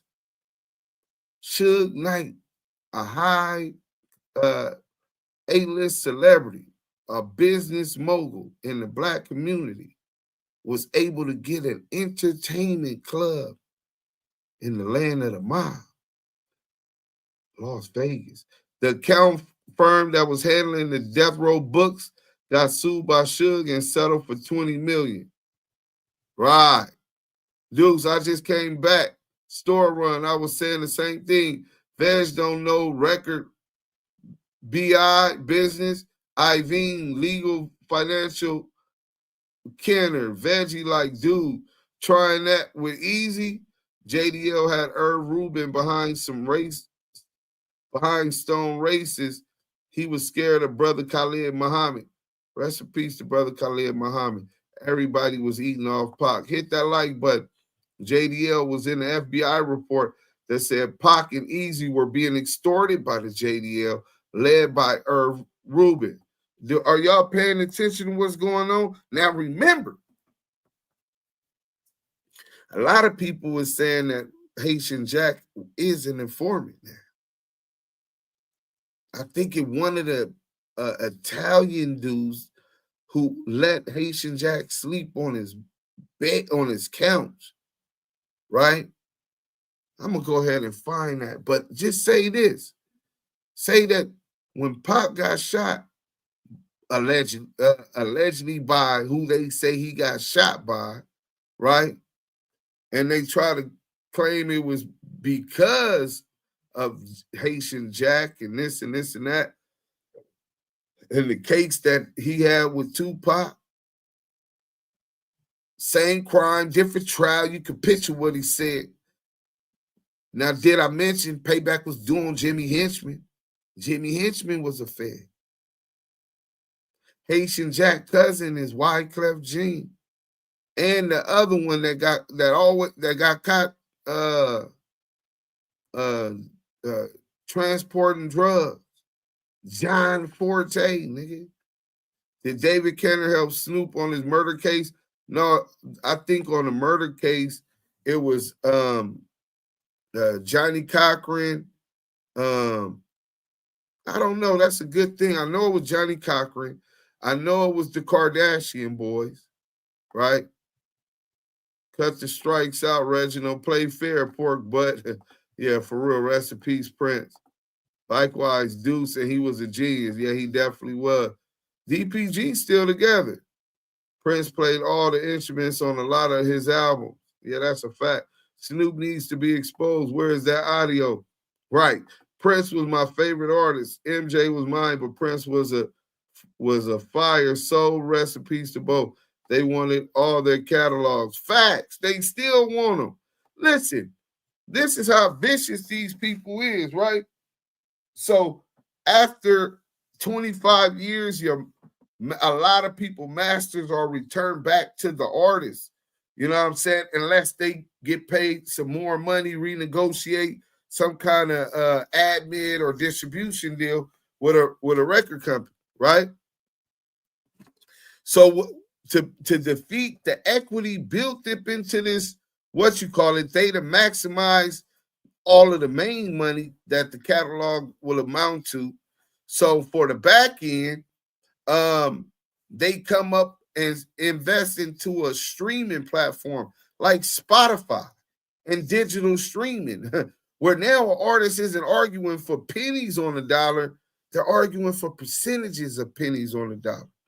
And now the valuation and value of the equity that's within the intellectual property, that's within the works of the masters, value moving forward totally decreases tenfold, right? So you could come with a 20-year anniversary, 25-year anniversary best of album or something you could put out for classic music, like Hit Your Bremen. You know what I'm saying? That was an anthem that's going to stay a Brim anthem for 50 years. You know what I'm saying? But according to the bodyguard, Pac never liked Reggie because he was the police. Facts. Pork butt. Let's finish this, though. We got 10 minutes. Why you try to make people think Suge has something to do with Buntry murder? I said, I'm starting to think that way. It gives me something to think about is what I said. But you know what? Shit, he fucking with the nigga now that shot and that killed Buntry. And learning of the information with your partner Deuce was on the phone with me. Ask Deuce, was he on the phone with me when Tata told the story about him also hearing about the slap? Yeah, I was on the phone when Tata told the story. It's very convincing, but I'm not sold on it. You know what I'm saying? And even if he did, nigga, I didn't have phase or got off on niggas and we didn't squash beef. So just even if it did, that doesn't denounce whether or not them niggas got back together. We got a witness if that happened. That shows that they were together the day before he got killed at a lawyer's office, trying to get money because you stole Suge's shit. Let's go, man. Deuce was on the phone, so he heard that as well. So you know I don't just make up stuff.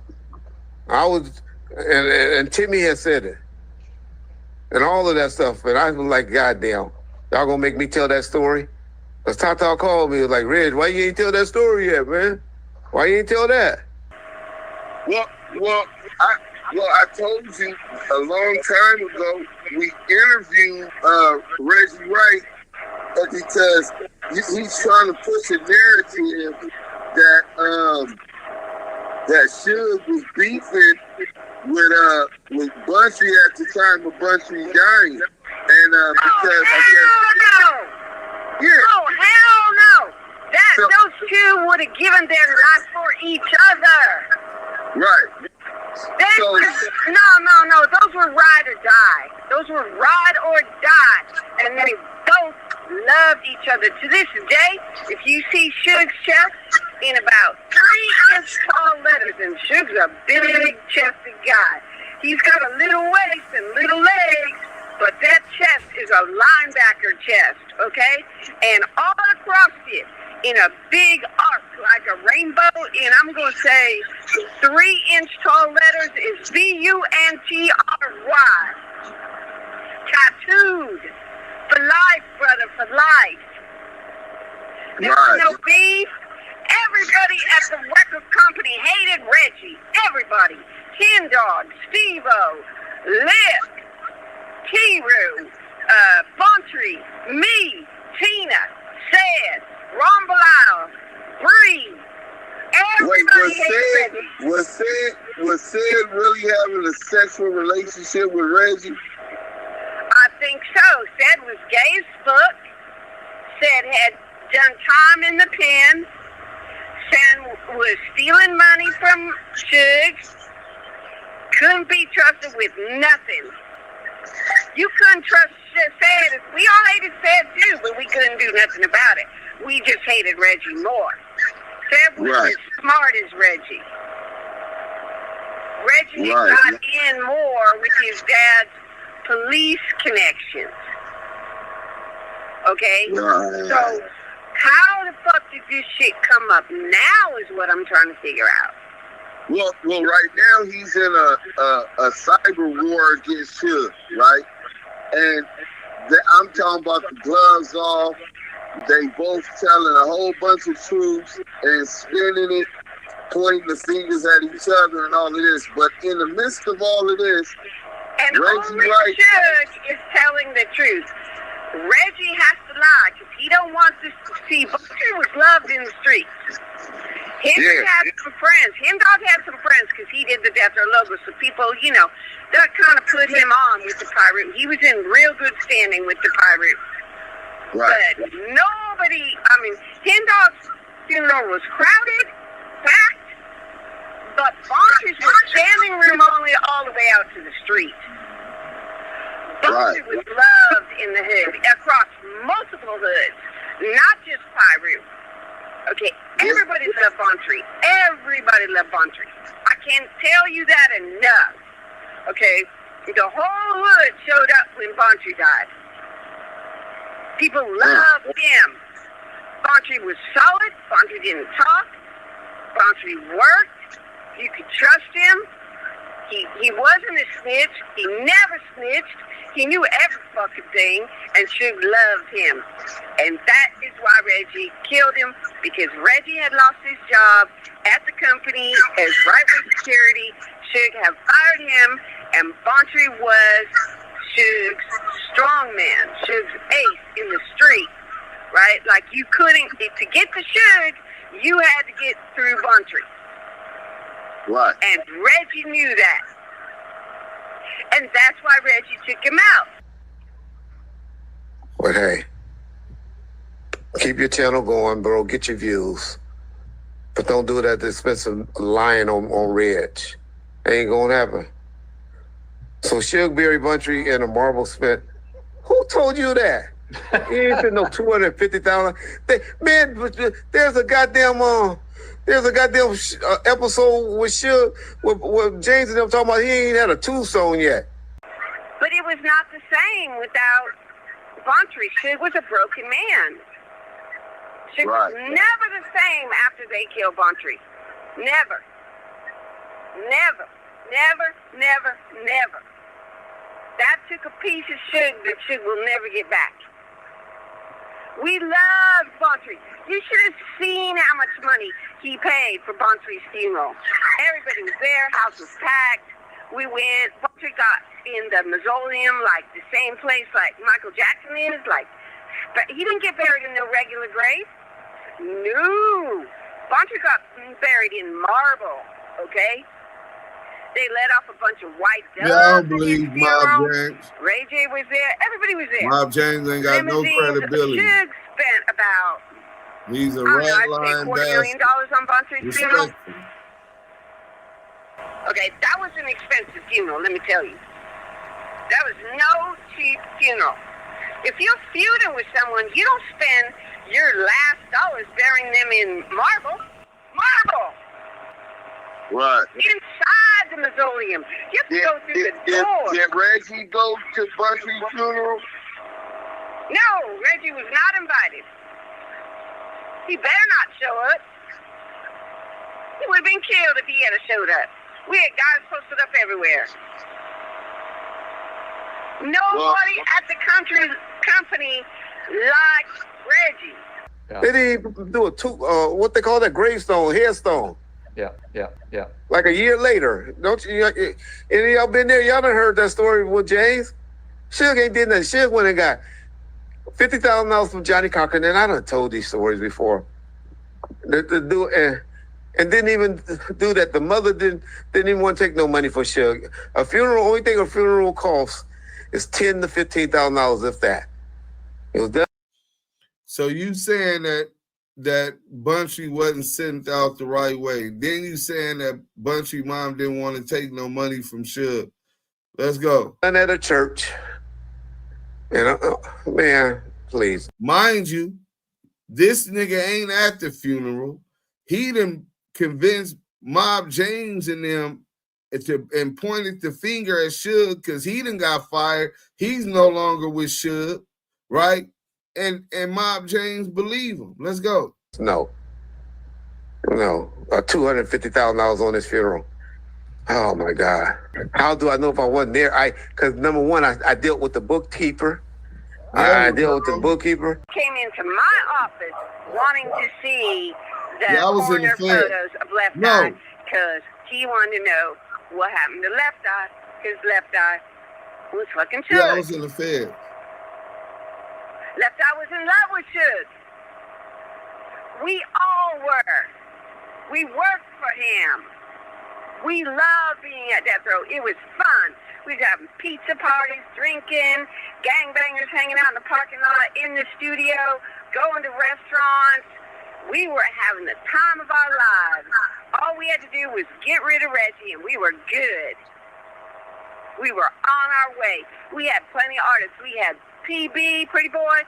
We had Ray J. We had Miss Cholet. We had Corrupt Back. We had Crooked Eye. We had Jim Giddem. We had great engineers, great producers at the studio.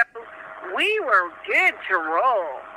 Jermaine Jackson came to the studio. I mean, we were banging. Mia was down there, you know, from Maya, M-Y-A. She was down there. Oh, yeah, Maya. Maya was down there. We were having fun, man. Corrupt was cutting songs. Spider Loaf was down there. Eastwood was down there. Vegas was down there. Suge had a full crew ready to go. Then Reggie started killing people. You really believe me and Suge ain't talked about things since April 2002? Or you and James, right? Or James too, but you know they ain't gonna believe what James say. Yeah. But anybody. See, Reggie already knows. But you don't think me and Suge, women talk? And, man, I know everything that went on and what went in and out of that place. How do you know what went on and everything that went on inside of that place if you got fired on February 28th and picked up your last check April 1st? Buntry, that you had a spy in there, you spying on Simon after you done stole his money? You and David Kenner and these niggas, this shit is nasty work, bro. So let's get to the poll real quick. Does this new eyewitness mean pork butt gets arrested? 68% of y'all say yes. This means pork butt will be getting arrested. That's 148 votes. Then you got 30% say, nah, this ain't gonna mean nothing. He's a king rat. He ain't going to jail. 1% say this means David Kenner going to jail. 2% say this means Jimmy Iovine going to jail. Damn, this is a cold blow. Hey, hit that like button, man.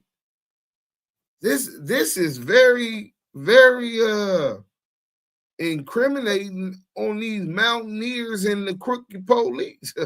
Oh, Reggie, you want to play? See, you can't. I don't do crimes, and I'm not in a vicinity where your goons can reach me. You know what I'm saying? I live L.A. shot caller. Salute. Reggie did say Suge was his superhero. Damn, Reggie brought down Death Row.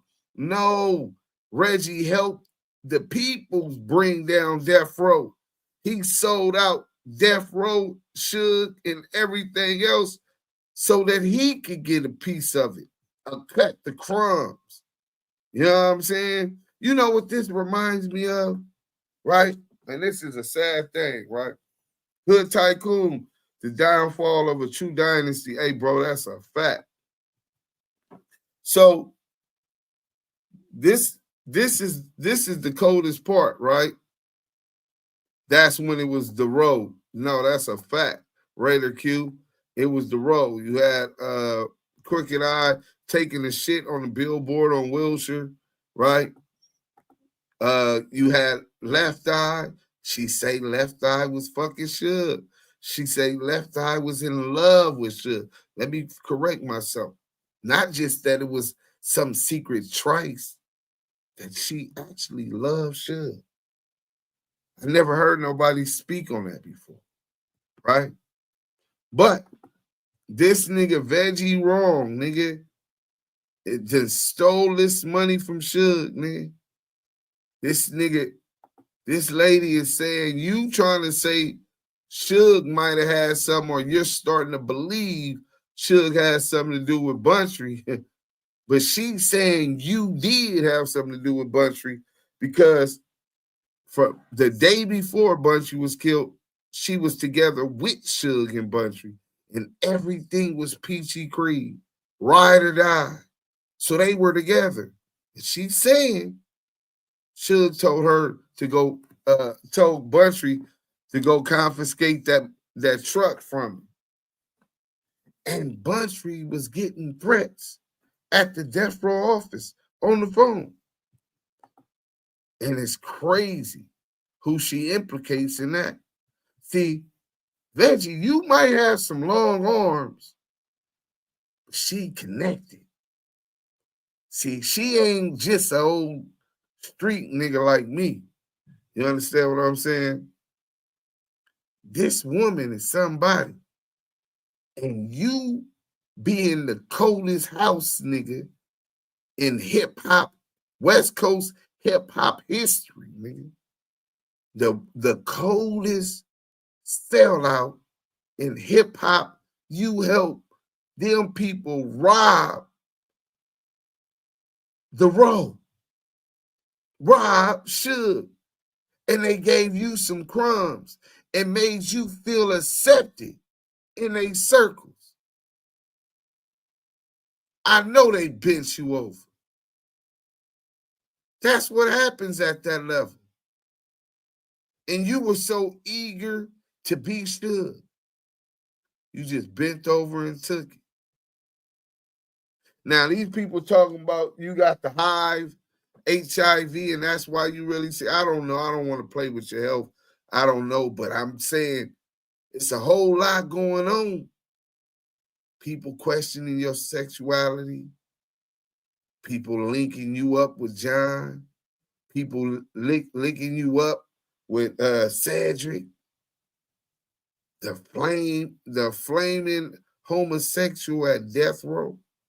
It was a whole lot of homo stuff going on in Death. And listen, if that's your thing, and that's your thing. But I'm just saying they connecting your name to it, Reggie. Also to John. I'm just saying. But look, Reggie, why don't you look at it like this, Reggie? Right after the end of slavery, a lot of slaves, melanated slaves on the plantation, after the Civil War, didn't have nowhere to go. They didn't have a plan. They weren't even taught to think for themselves. They were taught to take orders and were treated as cattle, chattel slavery, right? So when they told them, hey, look, I can't make you stay here as a slave no more, but you can work in this season and we'll give you a portion thereof, right? And motherfucker like, fuck it, that'll be enough. I get my portion. We could go find something better, get on the road, right? So they utilize their sweat, blood, and tears picking cotton, if that was what they were doing. Or the sugar plantations in Brazil, Costa Rica, anyway, right? I'm talking about just slaves, period. But in the United States South, once the owner of the property takes his cut, brings back his overhead, controlling the money and his shit, that night, the local marshal and those who wear white sheets put on their white sheets and go burn it down. Whole season's work and profit for the ex-slaves so that they could get financial independence, so they could provide a better life for their family, so they can live their little part of the American dream. And the mountaineers, in the guise of the Ku Klux Klan, would terrorize in the night and burn down their profit. So now they're still dependent with nowhere to go. They got the slave quarters to still live in. But what other hope do they got than to wait another season until they catch on to what's going on? Then some will leave, and then they'll be arrested for vagrancy laws. You know, you just quit your job. Where you work at? Oh, I'm moving. I'm trying to look for work. No, we're arresting you for vagrancy. Now we're going to have you in jail, and your sentence for vagrancy is going to be hard labor. Might be at the exact same ex-slave master's house that you ran from. These were ways the U.S. government continued to allow slave owners payment off slave labor. This was how they continue to trick the system and get free labor. She needs to show some receipts. You can say all of that, but folks always want receipts. She needs to show some receipts. Hey, Raider Q, I got the receipts. Scanlon's got the receipts. She is who she is. And it's documented in the paperwork, in the newspapers. She is who she says she is, right? It's no ifs, ands, or buts about it. See, what we do is journalistic research.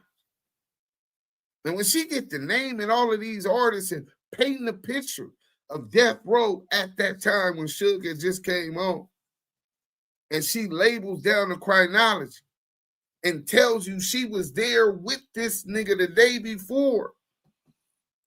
The day before, we know where Buntry was, where Suge was, because it's documented in the newspaper. She's not lying. We could prove that. Reggie, no, we could prove that.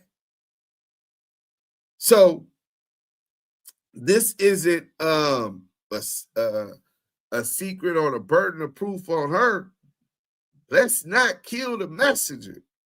The validity of who she is and where she was on April 1st, the day before Buntry Alton, what's their last names? I forgot. McDonald, right? Alton McDonald, Buntry at, rest in peace, right? Where he was at the day before. And in fact, I'm quite sure his brothers know who this woman was and that she was there. You know what I'm saying? So, salute. Appreciate your work. Hey, Zero Regret. Salute, bro. So Wack got pig butt on the rebound from Suge, Mike B. Always say he got to take care of his family. Big Jake folks from Capinella Park, Piru said that Big Jake's mother did not want no money from Suge because she wants to know what happened to her son. Then maybe he's telling the truth. Big Jake, well, she want to know what happened to her son in Atlanta. That's a totally separate situation. I'm glad she will. I'm sure she will want to know too. But I'm quite sure the feds talked to her because they investigated that for sure. Los Scandalous and Deuce. I got some of that paperwork. And Deuce gets a standing ovation. Reggie can't. Los Scandalous and Deuce get a standing ovation. Oh, you know, when he said war, he didn't know about the Damu Kiwe Conversations. We really militant-minded. We're tenacious. When we got a reason to, you don't want to be the reason. Pork butt. Reggie can't walk saying, y'all don't know what I'm capable of. Hit different. He was doing all this dirty work in his police uniform. Allegedly. And then why you keep acting as if the existence of this torture video that Buntry was allegedly watching. Who was saying he was watching? Who was that person? Where was he watching this at his house? Who was there? Since all you informers is talking about and trying to make it seem like that's why they did it. It was a gang on gang murder. Everything is so easy. What Pac say? Niggas been down for years. So how can they blame us? Right? People who put in work understand in LA at that time, a lot of murders, it's easy for police to classify them as gang murders. You know what I'm saying? In Compton. Reggie met, but when you're talking about handcuffs and that the victim was beaten and tortured before being knocked down, and then y'all want to snitch or lie snitch, either or, and say that G did these murders, I'm not necessarily buying it. Reggie Wright Jr., you don't have that kind of cred with me. Detective Ladd doesn't have no credibility. Them dudes is all compromised. They work under Reggie Wright Sr. So their boss is going to protect Reggie Wright Jr.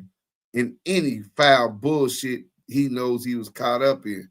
Okay, now I feel better about it. Yes, Mike. Okay. LA shot caller, he introduced Wack to Greg Cadence too. So he knew Wack was a rat when he put him under Suge.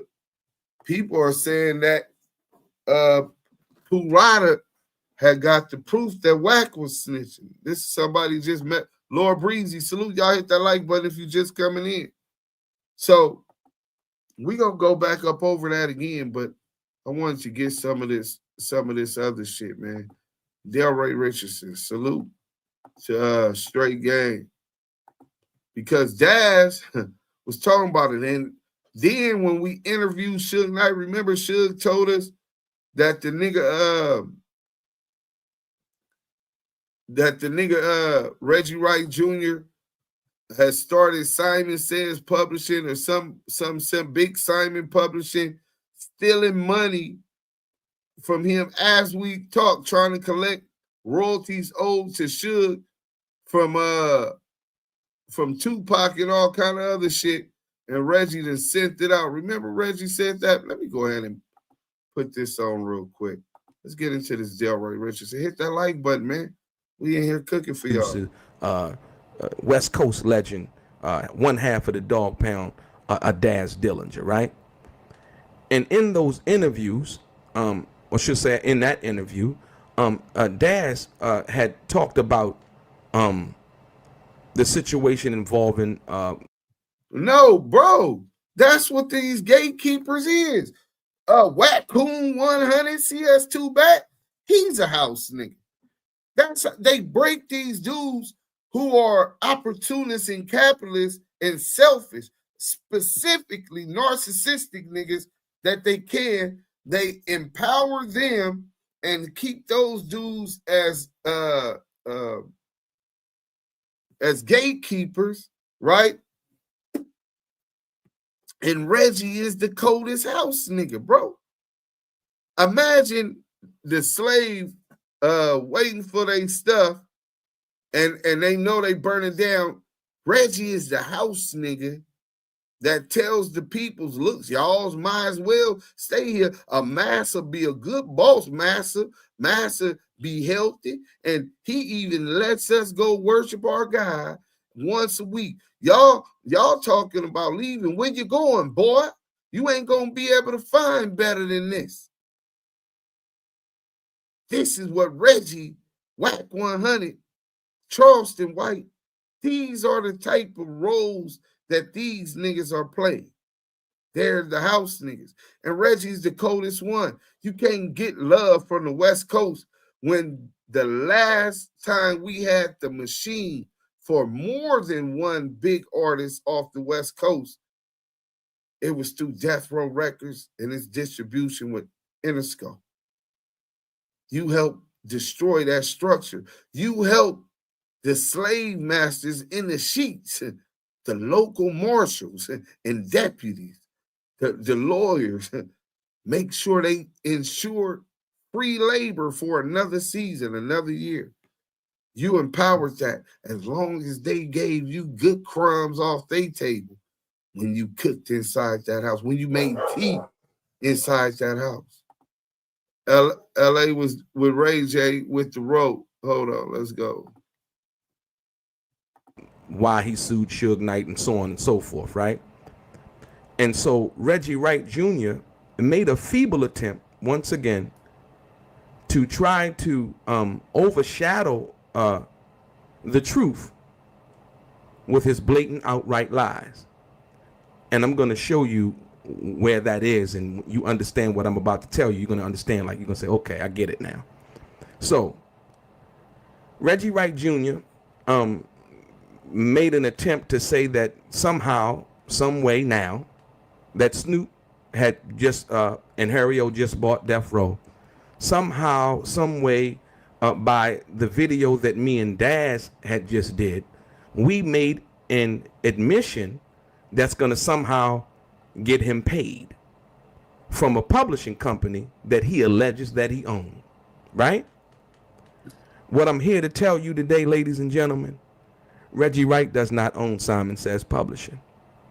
And I want you to understand this. He said up until this point, Teddy Riley, okay, Teddy Riley is still fucking with Suge. That is Julian Culpepper's agent, Toy Lynn Kelly. I guess that's illegal. He's not been paid $1 from this publishing company. I don't know all of the other intricacies of his alleged theft. Like I said, but I'm going to deal with this publishing situation. So all of the time that Wide Awake owned Death Row, that E1 owned Death Row, Reggie Wright, by his own admission, admits that he was never paid through this so-called Simon Says Publishing, correct? By his own admission in this video. Now, but all of a sudden, we come out, myself and Daz, and I conduct an interview with him. And now he alleges that somehow by what we said, and Daz telling the truth about Reggie setting up bogus publishing companies in regards to Daz's music and so on and so forth, that now he's about to get paid. He didn't get paid from E1. He didn't get paid from Wide Awake, right? But now that Snoop owns it, he's about to get paid. Let me tell you why that's a lie. First and foremost, Daz said in the video with me, basically, that when he sued Suge Knight, right, and he explained, and I had asked him, to explain why he did that, right? Like, I'm the only one out of Death Row Records that sued Suge Knight. Everybody else didn't sue him. So when I sued him, all my contracts was voided. And hold on, Daz. So now, when you say when you sued him, all your contracts was voided, explain that. So why did you sue him? Why did you sue Suge Knight? What spawned your lawsuit when you first sued him? What made you say, yo, I got to file a lawsuit? To get out of the contracts, royalties, and just all the default shit that they was getting into. You know what I'm saying? The people that I had, So Daz explained that he sued Suge for his royalties, for all of the other things that he felt like that was had gone wrong, and the things that weren't being honored in reference to his contract, right? And so he sued Suge. And so in suing Suge, with involving his original contract, anything that's derived from that contract, any agreement that's associated or based on that original agreement, right, would be voided out. And you say, why? Because Daz won that lawsuit based on the fact that Suge Knight did not show up for court. That is called, ladies and gentlemen, a default judgment, right? And through that default judgment, right, Daz would now, all of the contracts or any contract in relation to Daz would have been voided out. He won the case. Nobody showed up to basically try to defend the other side. Hey, look, IG live content say, Deuce, want to entertain the audience with the Crip cop getting knocked out the other day? Send the video. I was looking, I got articles on it. First round knockout. The Crip cop, he come back flashing all of his money. He then took the dive in Europe to a Ukrainian, I think a Ukrainian mountaineer, nigga, a Viking, nigga. That nigga Boo Bop Fat Boy, a Love Boys. a Christopher Loves Boys. Down bad. Hey, put the link in the chat, IG live content. We seen them get beat up already before, the gut shot. Then the other one did the cartwheels and knocked him out. Every fight this nigga that had outside of Mexico, he done lost. Daz got paid now. Snoop gave them all the masters, so now it's endless money for him. Hey, where it's at? IG live content? Or maybe he posted it on, maybe that's on Instagram. My bad. Somebody said, did Wack get Piru and knocked off? Damn, nigga, they going in. Hold on. Let's see what they talking about. Yeah, I don't see the post. Where your post at, bro? You say you got the link of the video? Where's the link to the video? Put it in the chat. We'll show it next. Can somebody go to just posted it and grab that? Somebody, one of the Blue Wrench Mob, to put that in the chat. Let's get back to Delroy. So Daz sued Suge, and this nigga Reggie is trying to steal Suge's publishing. Simon says, saying he owns it. Which would have been Death Row or Suge Knight, right? So now, the alleged agreement that Reggie Wright says that he owns and controls, that he has not shown us. He said a lot about it. Shows a lot of other stuff in regards to what people have alleged and got going on in their life. But he has not shown us the paperwork in regards to this Simon Says publishing. The reason why is because his name's not on it. He doesn't own it. Because if he did, he would show it to us, which he hasn't.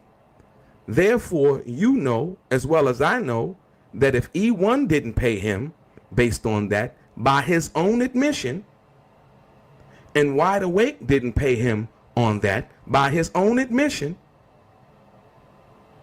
the contract has been voided out. And that's why he can't get any income from this alleged publishing company that he says that he owns, based on the default judgment that Daz received in dealing with Suge.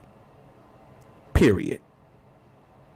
Reggie Wright Jr. once again has lied to you about that. If he's not lying, he would show us the agreement. If he's not lying, he could show us the information that he's talking about, because if I own a publishing company and there's this documentation, don't you think that you would have that somewhere filed away in a file cabinet somewhere so that you can produce this information, right? Produce that information. Remember, I said I had proof that Daz was telling the truth in regards to the malfeasance and the fraud that was going on in the bankruptcy case? Check this out. In its June 2006 motion to appoint a Chapter 11 trustee, the United States trustee cited compelling evidence why Suge Knight should be removed from management control over death row. Recall that Knight was jailed several times between 1996 and 2004 and could not have effectively managed death row in his absence. While this occurred pre-petition, Knight acknowledged during the initial Debtors 341A hearing in May that he had not reviewed financial statements for death row in over a decade. Further, a significant number of death row's creditors are judgment creditors, including Miss Harris, Lydia Harris, and the IRS. The U.S. trustee also alleged undisclosed insider payments by death row to Knight and omissions of false statements in the bankruptcy petition schedules. I'm going to say that again. The U.S. trustee also alleged undisclosed insider payments by death row to Knight and omissions and false statements in the bankruptcy petition schedules. That means that when they file the schedules to the court, to the bankruptcy, and the things that they admitted into court, the trustee basically found out that they were lying. And they were leaving out stuff and making payments to Suge Knight that shouldn't have been paid, and they didn't reveal everything in regards to the bankruptcy. Listen to me, y'all. Given that Suge Knight is the sole owner, officer, and director with any authority at death row, not Reggie Wright Jr., so he wouldn't be sued for his house if the trustee found out anything, because he was not part of the death row and even admitted that he had put himself on as a creditor in the bankruptcy. You understand what I'm saying? He said he put himself on as a creditor in the bankruptcy. It had nothing to do with Reggie, and they wouldn't be trying to take his house in regards to the trustee finding anything nefarious going on in regards to death row. He did not have that much involvement. He was not that important to this case. So I'm going to start it off again. Given that Suge Knight is the sole owner, officer, director with any authority at death row, and in the light of evidence pointing to his financial mismanagement, dishonesty, and past failure to comply with court orders, Judge Carroll, not Daz Dillinger, not Delray, Judge Carroll signed the order to appoint a trustee on July 7th, 2006. Trustee Todd Nielsen, appointed on July 19th, is now the de facto CEO of Death Row, responsible for the management of its property for the benefit of its creditors, meaning all of the stuff would be sold, as we've seen, the masters, the property, and everything else involving that, right? And he was also in charge of the operations of the business and, if appropriate, filing a plan of reorganization. This last part really helps you understand and brings it home. Listen, the value of death row's assets have not been adequately determined, but are shadowed by its $100 million plus debts Should Mr. Nielsen determine that rehabilitation is simply not feasible, Suge Knight's effort to save his company from receivership by entering bankruptcy may be worthless. And that proved to be the point, as we see now Snoop now and Harry O now own Death Row Records. How ironic.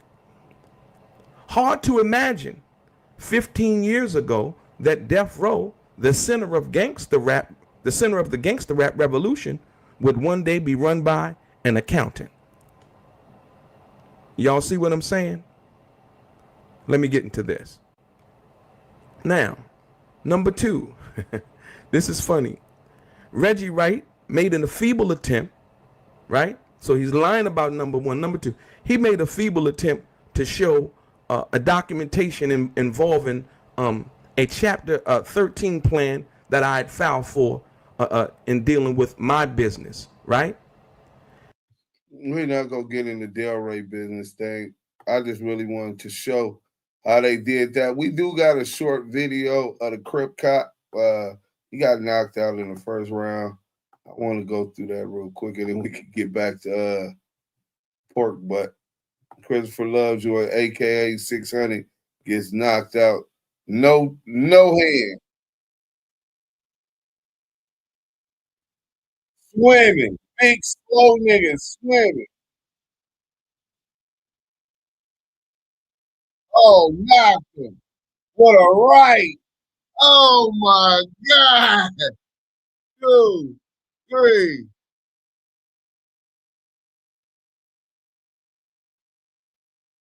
Oh, we gotta watch that again.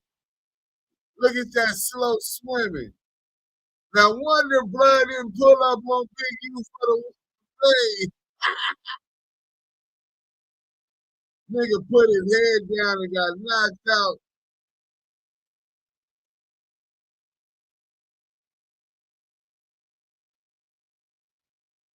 Hey, y'all, did you just see? Oh, y'all couldn't see it. My bad. Oh, man, my bad. Twice I did y'all like that. Let's get it back started. Let's go.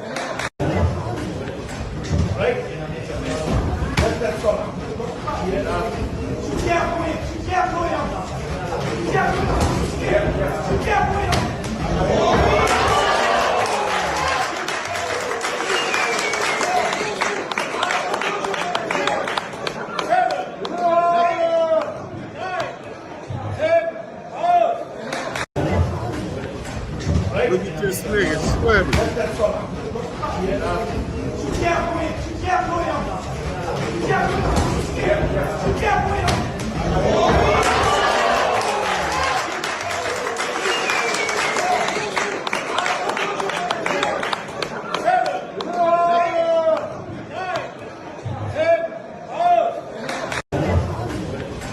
Yeah, this the one. This is why he got all the money. He went over there and got knocked out by Ukraine.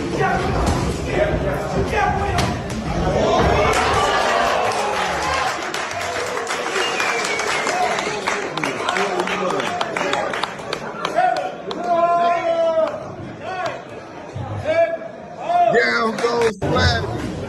One more time.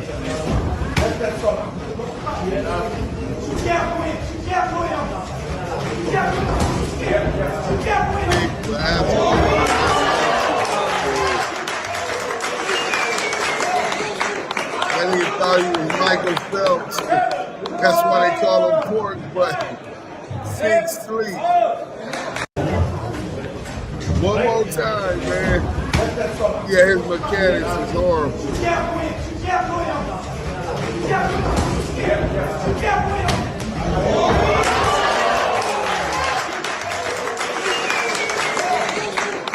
Yeah, that's nasty work, man. That nigga better not never talk about Yael no more, nigga. That nigga was one of the main niggas talking shit to Yael after they came with that unsolicited play they ran on what was that shit? A reality TV show. But it wasn't reality. These niggas lined the nigga up and ran a play. And you said a whole bunch of shit talking about this nigga swimming. He didn't get knocked out. In fact, he took off on the nigga, was scrapping. Nigga squabbling up. And this just on the one y'all released. Was squabbling up. Nigga, but you on here swimming and got knocked out. Mountain. I can't believe this nigga just went out like that, bro. And he be talking all that training, bro. You do all that training for your chin to be, bro. You have no squabble. Ass up knockout is crazy. Left hook was nasty. No, he got knocked out with a right, bro. Let's get back to this real quick, though, man. We got the content, man. You know what I'm saying? We got the content. And then we, this is the last one, and then we're going to get up out of here. Let's get to this real quick, man. You know, I hope everybody enjoying themselves. Hit that like button.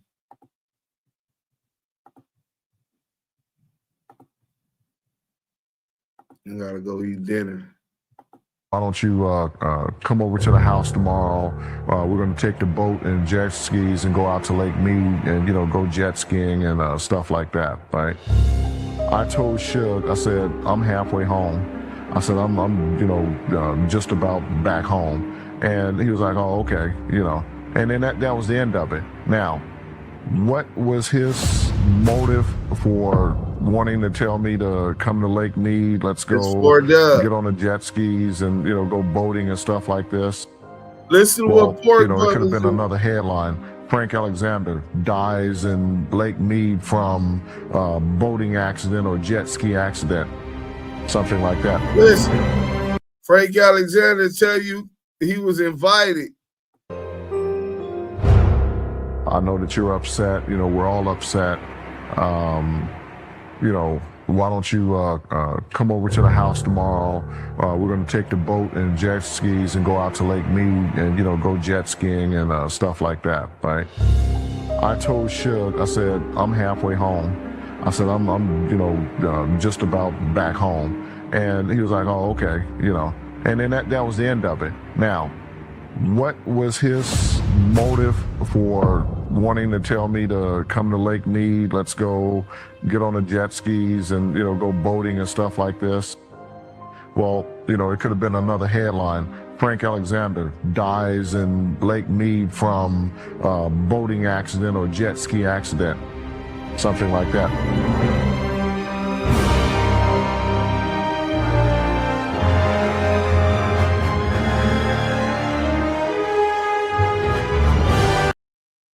That nigga said Yael got hand.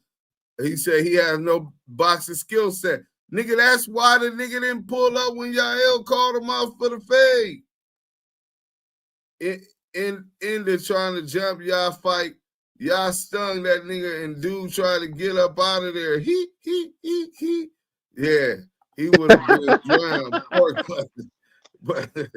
Pork Butt had a hand in the unaliving of Frank Alexander. Part 3, yeah. I remember Frank telling this story about Suge. Yeah, but Yael called that bitch ass nigga out. He knew he be swimming like Michael Phelps. He knew that he ain't got no heart. That's why he never pulled back up on Big U. The nigga's a buster. Hey, 600. How you let that white boy knock you out like that, bro? You know, this what y'all forget. This what y'all forget to realize. You know, I went swimming for the bag. I took the dive and dived right in to swimming. Damu Kiwe Conversation. Big goofy ass nigga. Dumb ass nigga. That nigga's a buster, nigga. That nigga did not want to pull up on you. I see why, nigga. I see why, nigga. That nigga didn't stand a chance. Big ass, big for nothing ass nigga. Yeah, that nigga. I at first I said if he get to grab Yael, nigga, it might be over. Now I think about this nigga ain't got no heart. He has no squaring off skills, nigga. That nigga is, bro. He didn't stand a chance, bro. Listen, Deuce. This nigga be doing all that. You know, I did 600 push-ups today. Did 600 burpees. I ate 600 pounds. Burpees can't teach a nigga how to scrap, my nigga. I did 600 pounds of I ate 600 pounds of ribeye steak, tomahawk. You know what I'm saying? Nigga, all that protein and that 10 hit that bing, bing, bing. Bro, no Zerskis. You have Nathan. Your name should be Nathan because you have Nathan when it comes to hands, my nigga. Nasty work, man. All bad. Let's get back to the video. All bad. Hey, Yael, see, every dog has his day. This was the opportunity to laugh at the Crip Cop. We're laughing at you.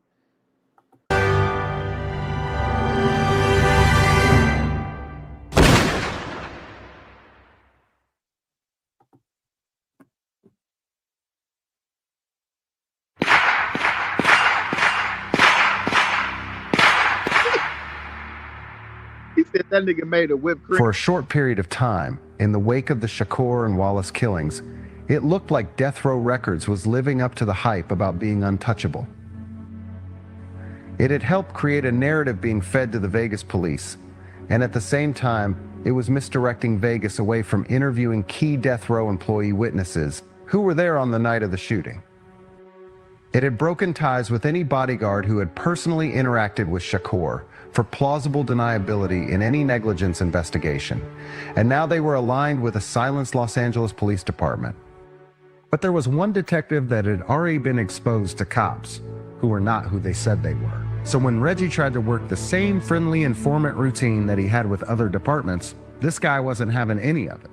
He actually drew a connection between that veneer and possible involvement in the Wallace homicide. His name was Russell Poole. Soon as I took over the Biggie case, immediately start seeing connections between corrupt LAPD officers and the Death Row organization. Some guys were working for Reggie Wright Jr., but what I was more concerned about was that we had our cops hanging out with drug dealing felons. Unlike shows that have shown Russ to be a lone wolf, it wasn't like that at all. He wasn't obsessed with wall-mounted items, you know, showing how obsessed he was with a case. There was nothing like that. Russ was a family guy. You know, he loved his children. There are two individuals, or actually three individuals, who speak about Russ Poole and his specific investigation of the murder of Biggie. And one is a guy by the name of Sergio Robledo, who you could make a case might be one of the most respected LAPD homicide investigators to ever walk the earth. And he loved Russ Poole. He said Russ Poole's work was impeccable, and Russ was right. Russell was a family man, and he was a devoted detective. He was committed to finding the truth the way he felt that he would want on any case relating to anybody in his family. He was very, very dedicated, and I don't care who the victim was, Russ was going to find out who did it. You know, the kind of work he did took him away a lot. But when he was home, he was home. And very much was, you know, a family guy. He was already a detective. His normal shift, you know, Monday through Friday. A lot of times he would come home at night, 5, 6, 7 o'clock. We got into the riots in '92. There was a point, I think he had already been on shift for a while, got home. I think, I don't know, my mom said he even had a couple of beers already, and he got called right back in and was gone for at least 48 hours, you know, because they were all on tactical alert. And this stuff was happening in that South Bureau homicide area where he worked, so they had to make sense of, you know, any, because I know murders were still happening during the riots in that area. Russ and I met at the South Bureau homicide, and when I came, he was already there when I got there. And he was working as hard and as much as they were. There was a period of time where one year they had an extra amount of homicides. It was just record-breaking. I mean, Newton homicide in 1 year, If you're talking about a 2 or 3 square mile division that had 125 murders in 1 year, it was unheard of. In the first year that I was there, they had 429 murders of young people, which is an alarming amount by anybody's standard. Certainly today, the whole city don't have that many. Working South Bureau homicide when Russ Poole was there and I was there, it was a record break. I had 325 murders in 1 year. I mean, you were never home. So we had approximately 21 teams of homicide investigators, 22, 23 teams, and Russ was in one of them. I didn't know Sergio to start with. I know he was the lieutenant and the head of South Bureau Homicide, their unit, and Russ would talk about him and tell him what a wonderful man he was, and very experienced, and knew his stuff, and he could go to him about anything. I want you to understand perspective on this, okay? No. We need to get to the truth on who assaulted him, and I want you to tell me the truth. Right. What Hewitt told you and what other officers have told you. Russ was the type of individual that would get there before work. I know that sometimes when I had spent the night working on other murders, and he would be coming in for his tour, he would be there early, make sure that he chatted with everyone. He had to know what was going on. He was conversing with the senior detectives that were there, other detectives, and also working on his own cases. If and when somebody gets booked for this assault on this guy, we're going to be going to court, and some people are going to be testifying in a court of law, okay? And perjury is a very serious thing to me. I would never lie. We had this whole conversation. Okay. My partner was in the military reserve and was gone when I got there. So I picked up the cases he had, and so I had to get whoever to go out with me or do things. I had to find whoever wasn't doing anything, and so a lot of times the Russ would be there after hours and ask me to go with me, and we ended up actually handling a couple of homicides together. He got promoted, went to Wilshire Division. It was a lot slower than he was used to in his South Bureau Division when dealing with homicides. So I think he went back to South Bureau Homicide briefly, then he was promoted to the Robbery Homicide Division. At that point, I know he was always talking about things just because, it was stuff that everybody would see on the news that he was involved with. I liked working with him because he was basically the kind of person I like to work with. This is straightforward, straight up, to no nonsense. Well, when I met him, he was just a really nice guy. Really nice guy, fun-loving guy. We seemed to both of us like sports. We like music. And so one of the first dates he had taken me on was a Beach Boys concert. And that was a lot of fun. And we just loved doing that. We just, before we actually, I don't even know if you call it a real date at that time, we just like doing things together. Russ was a type of individual that was absolutely tenacious and well, like I say, do what you want to do. You keep on doing the good work out there, and keep on doing what you're doing.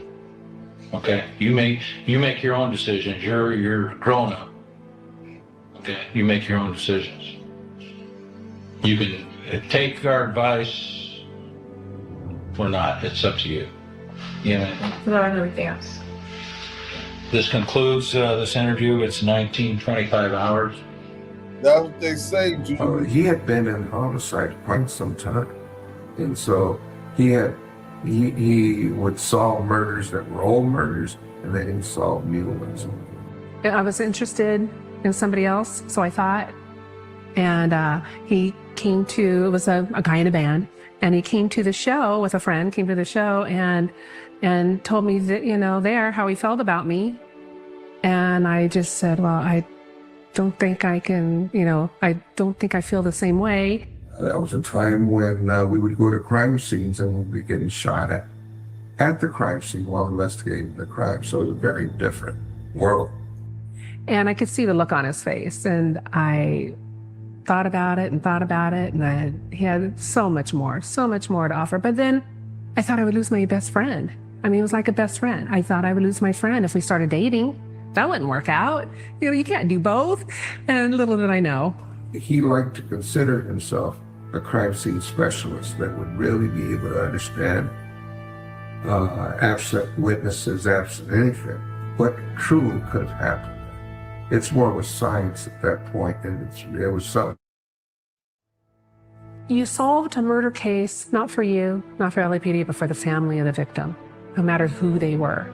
The family had a right to know what happened to their child, sister, brother, mother, father, whoever. They had the right to know what happened. And Russ was always very good about staying in contact with families all the way through the court system, if there was fortunately an arrest and what have you, all the way through. You know, I know later on in his life, when he left the LAPD, he sort of was tracking down and also investigating the murder of Tupac along with the murder of Biggie. And I think Russ, say what you want, had a inherent gene within him that he wanted to solve murders for families, right? That's what he did his whole career, right? He solved murders for family members who were murdered. Every bit of it, he could not get enough of it. It was intense. It certainly would draw everything out of the best out of it. My personal experience with Russ is that he didn't come to conclusions unless he had evidence. And I mean evidence, not just rumor. He didn't do that. He wasn't that type of a detective. He wasn't going to, come and say somebody did this unless he had information from somebody or witness information or some kind of physical evidence that would tell him that. In an interview room that should have been taken care of that night, and it didn't. Well, now it's turned into a criminal investigation.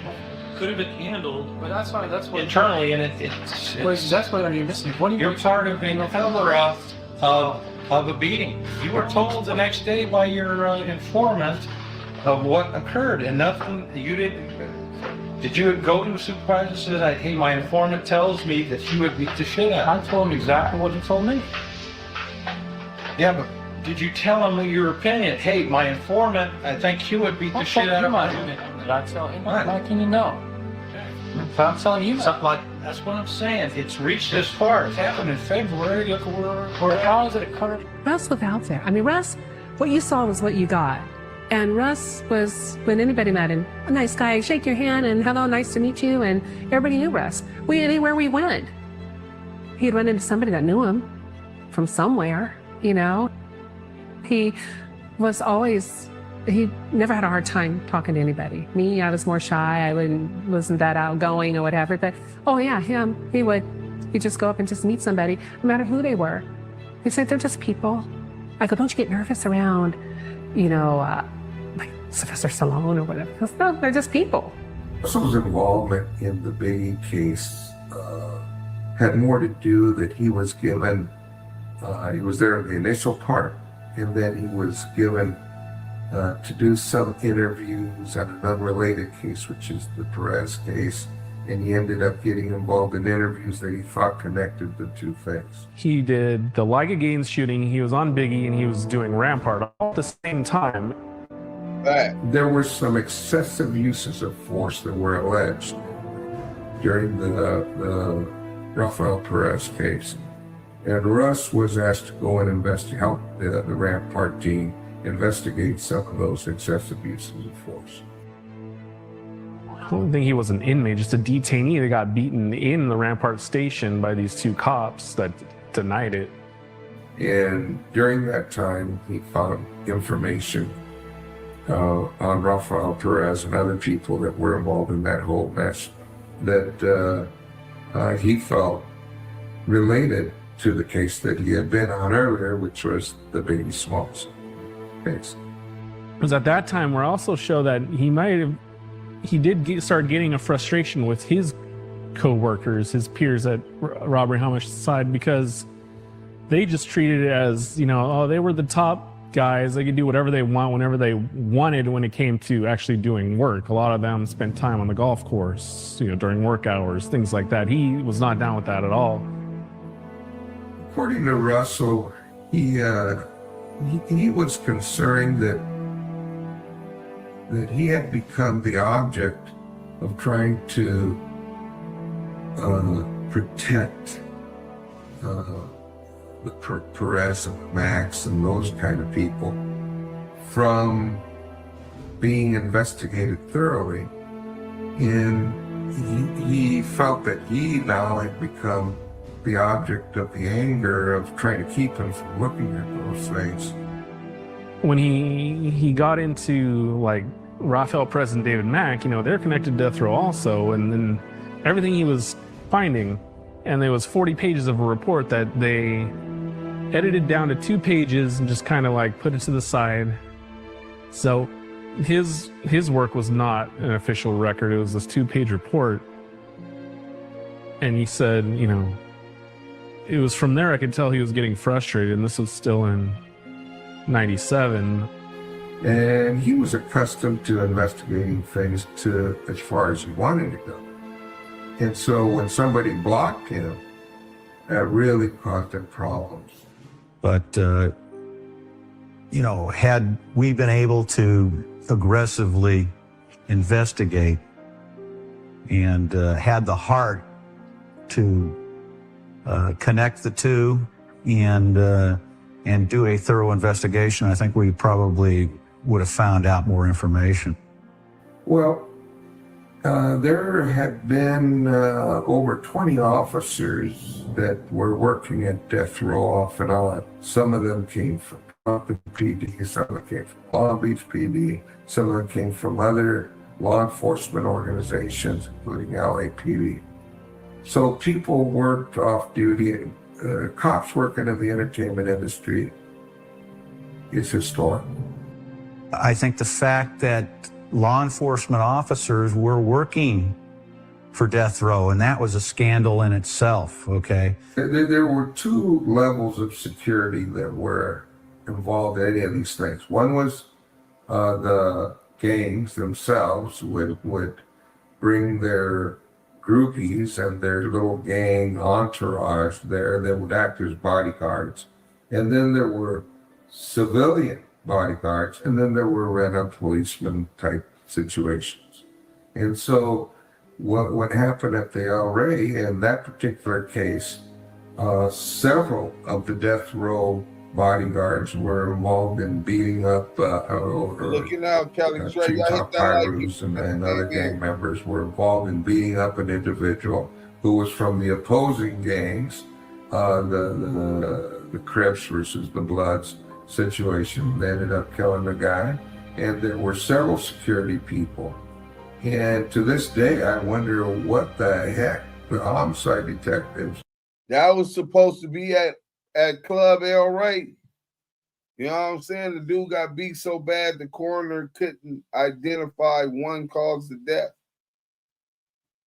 And then the crazy shit is Detective Russell Poole said he interviewed some of the witnesses. They say they hear the death row niggas say, "Get the fuck out of here. We finna kill this nigga." At a show at the El Rey, bro. And they saying that David Mack or Rafael Perez or some of these death row police officers, security officers who were police officers, were there for that murder. That's what Russell Poole said. Or the supervisors of that division, why they didn't investigate that properly and to a full extent. And that causes concern. That's misconduct to me. The fact that law enforcement officers were working for gangsters, known felons, basically organized crime, because it was no secret that Death Row Records was involved in drug trafficking. Phil Carson, as an FBI agent, signed Russ Poole up as a confidential source and a confidential informant in the course of his investigation. And Phil Carson has said over and over, Russ Poole was on the right path. Russ Poole was right. He talked to me about the Tupac thing and he was really concerned because of the investigation and where it was going, and he was getting stonewalled. And I had told him that, you need to be careful the way, don't push it too much because you're going to get blackballed. Oh, I know he was investigating the missing cocaine out of the evidence locker. Found out who did it. He investigated it, opened a big can of worms. And when certain players, and he got all the players involved, had reported his information to the chief of police, and he was told to turn over all his evidence, all his paperwork, everything, all his files, all his discs, everything to the police. He wanted him to stop investigating right then and there. And he told me that he was certainly disenfranchised with the fact that he felt that it was not handled the way it should have been handled, and that his reports were rewritten, not to his satisfaction. Basically just shut him down and shut him down. He was crushed. He was, but after being taken off Biggie, the Wallace case, and then having this taken from him, he was, he didn't understand it. He was crushed. He goes, everything he learned was, you get the case, the murder, the body. You go and investigate it.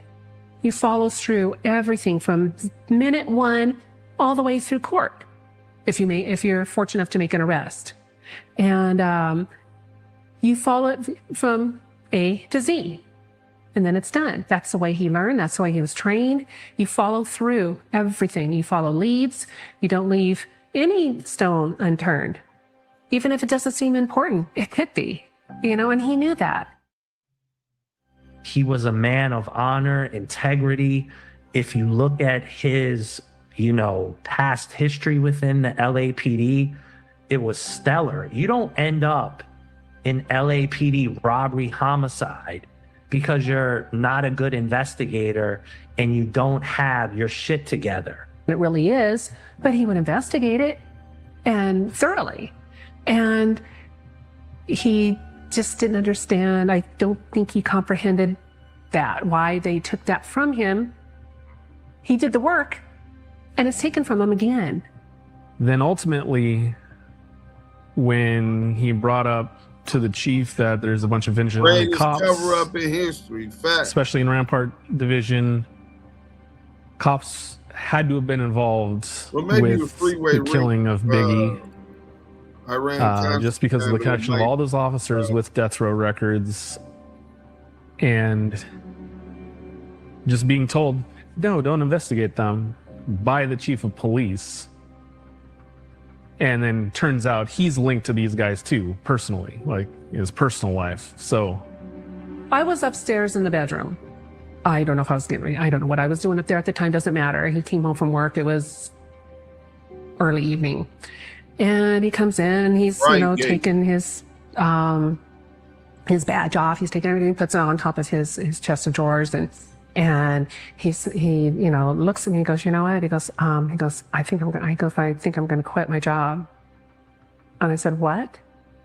He goes, I'm going to quit. He goes, I can't, I can't do this.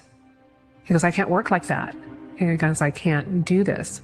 He said, there's something wrong here, and that's not what I signed up for. Russ Poole was never allowed to actually do his fucking job.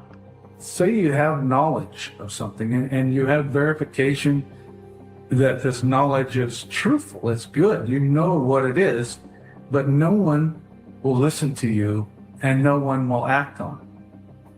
And you're the kind of person that say, I have absolute video evidence that this guy's a bank robber, and I have him doing a bank robbery, and I have him identified, but nobody will let you arrest him. And so you're looking at it like, wait a minute, I know this guy's a bank robber, but nobody wants me to arrest him. Why? Why can't I go arrest him and solve the crimes? And it can be very frustrating when you're the kind of person that, you need to have for lack of a better term, closure on your investigation. Hey, Cameron, text me all of those. He We said, gonna go I break them all worked my down butt because all off. of those is Everything's huge taken away cover from up. me. And he said, I just don't understand it. And he goes, I just can't work that way. And I go, well, Russ, you can't quit. I said, how about go to another division, take a desk job for a while, or take some time off. Just take your vacation time or whatever, and just think about this, and before you do anything. I told Russ, you gotta be careful. And then, but Russ, knowing him, I knew he couldn't just let it go. He had a year and a half to go before he would get his pension. I said, there's got to be something else you can do. I said, any other division would love to have you. I said, you love patrol, and he didn't really say anything. He just kind of, the next thing I knew, he sent the letter in. I know he had talked to people in the meantime. I know he may have talked to Sergio for all I know. I know he talked to his dad. But I mean, I understood it, but I was scared to death. Well, what were we going to do? Yeah, we got 3 kids to support. I can't support them on my pay. and so it was a really tough time. All these people they kind of brush it off because they think he's, I don't know, making it up. He's a whistleblower. These guys are sensational. I don't think so. He had evidence and he needed to follow up on a lot of things and was not allowed to. And so when you're in a position and the chief of police tells you can't do something, you just can't do it while you're still in the department. So eventually when he left, he was able to do whatever he wanted, and he could continue trying to at least investigate what he could when he was no longer with the department. Russ Poole's legacy should be a legacy of truth. So anyone that wants to go on social media and say Russ Poole at the end of his career lost his way, Russ Poole did this, Russ Poole did that, you know what? You need to take a walk off a fucking short pier, because all Russ Poole did was good police work. He was very, very dedicated, and I don't care who the victim was. Russ was going to find out who did it. And that's the way I felt about it, is that I don't care who you are, no one has the right to kill you. Going back to Russ, when he brought me all it, when he told me about the show and everything else, I told him, I love you dearly. Show me the money. Show me the facts. So I traveled. I went and read 43 books during most of the next week and a half. And I became convinced that the essence of his concerns were appropriate. I don't care what Russ said. I have to believe what Russ said. Now that I have verified it with some documentation. And that's really important to his credibility with me. And my credibility with the science of looking for facts. It's everything. But Russ Poole, he was solid. And because he was wronged, I think he had like 18 years in. Yeah. And what he went through and what LAPD did to him was horrible. Yeah. One of the hills that I will always stand on is when I hear people like Reggie Jr. or Greg Kading that just go after Russ and try to make up these false narratives about him, and Russ isn't here to kind of protect himself or back himself. I'll be there to protect his name, because he was a good man, he was a great detective, and he was wronged by LAPD. I don't think so. Zero required. But look, we're gonna stop it there. So what this looks like to me is we're going in tomorrow. We're gonna get up out of here. It's late. I gotta eat. I gotta spend some time with Maria. You know what I'm saying? Salute to everybody. Hey, I told y'all we got the content. Go subscribe. I'm gonna put the link in this description, and I'm gonna post it to my community. Steffi Weffy, salute. The fact they know these things is crazy. I'm gonna put that for the Patreon, part 2 and part 3 of the interview with this woman who's fingering Reggie Wright Jr. will only be got on Patreon. We're not going to lose our channel for that. If you want the content, we got the content. Thank y'all for coming to support Damu Kiwe Conversations. Look, man, we shadow ban. Turn on those notifications so you can help support us so we can keep these numbers going. Let's go.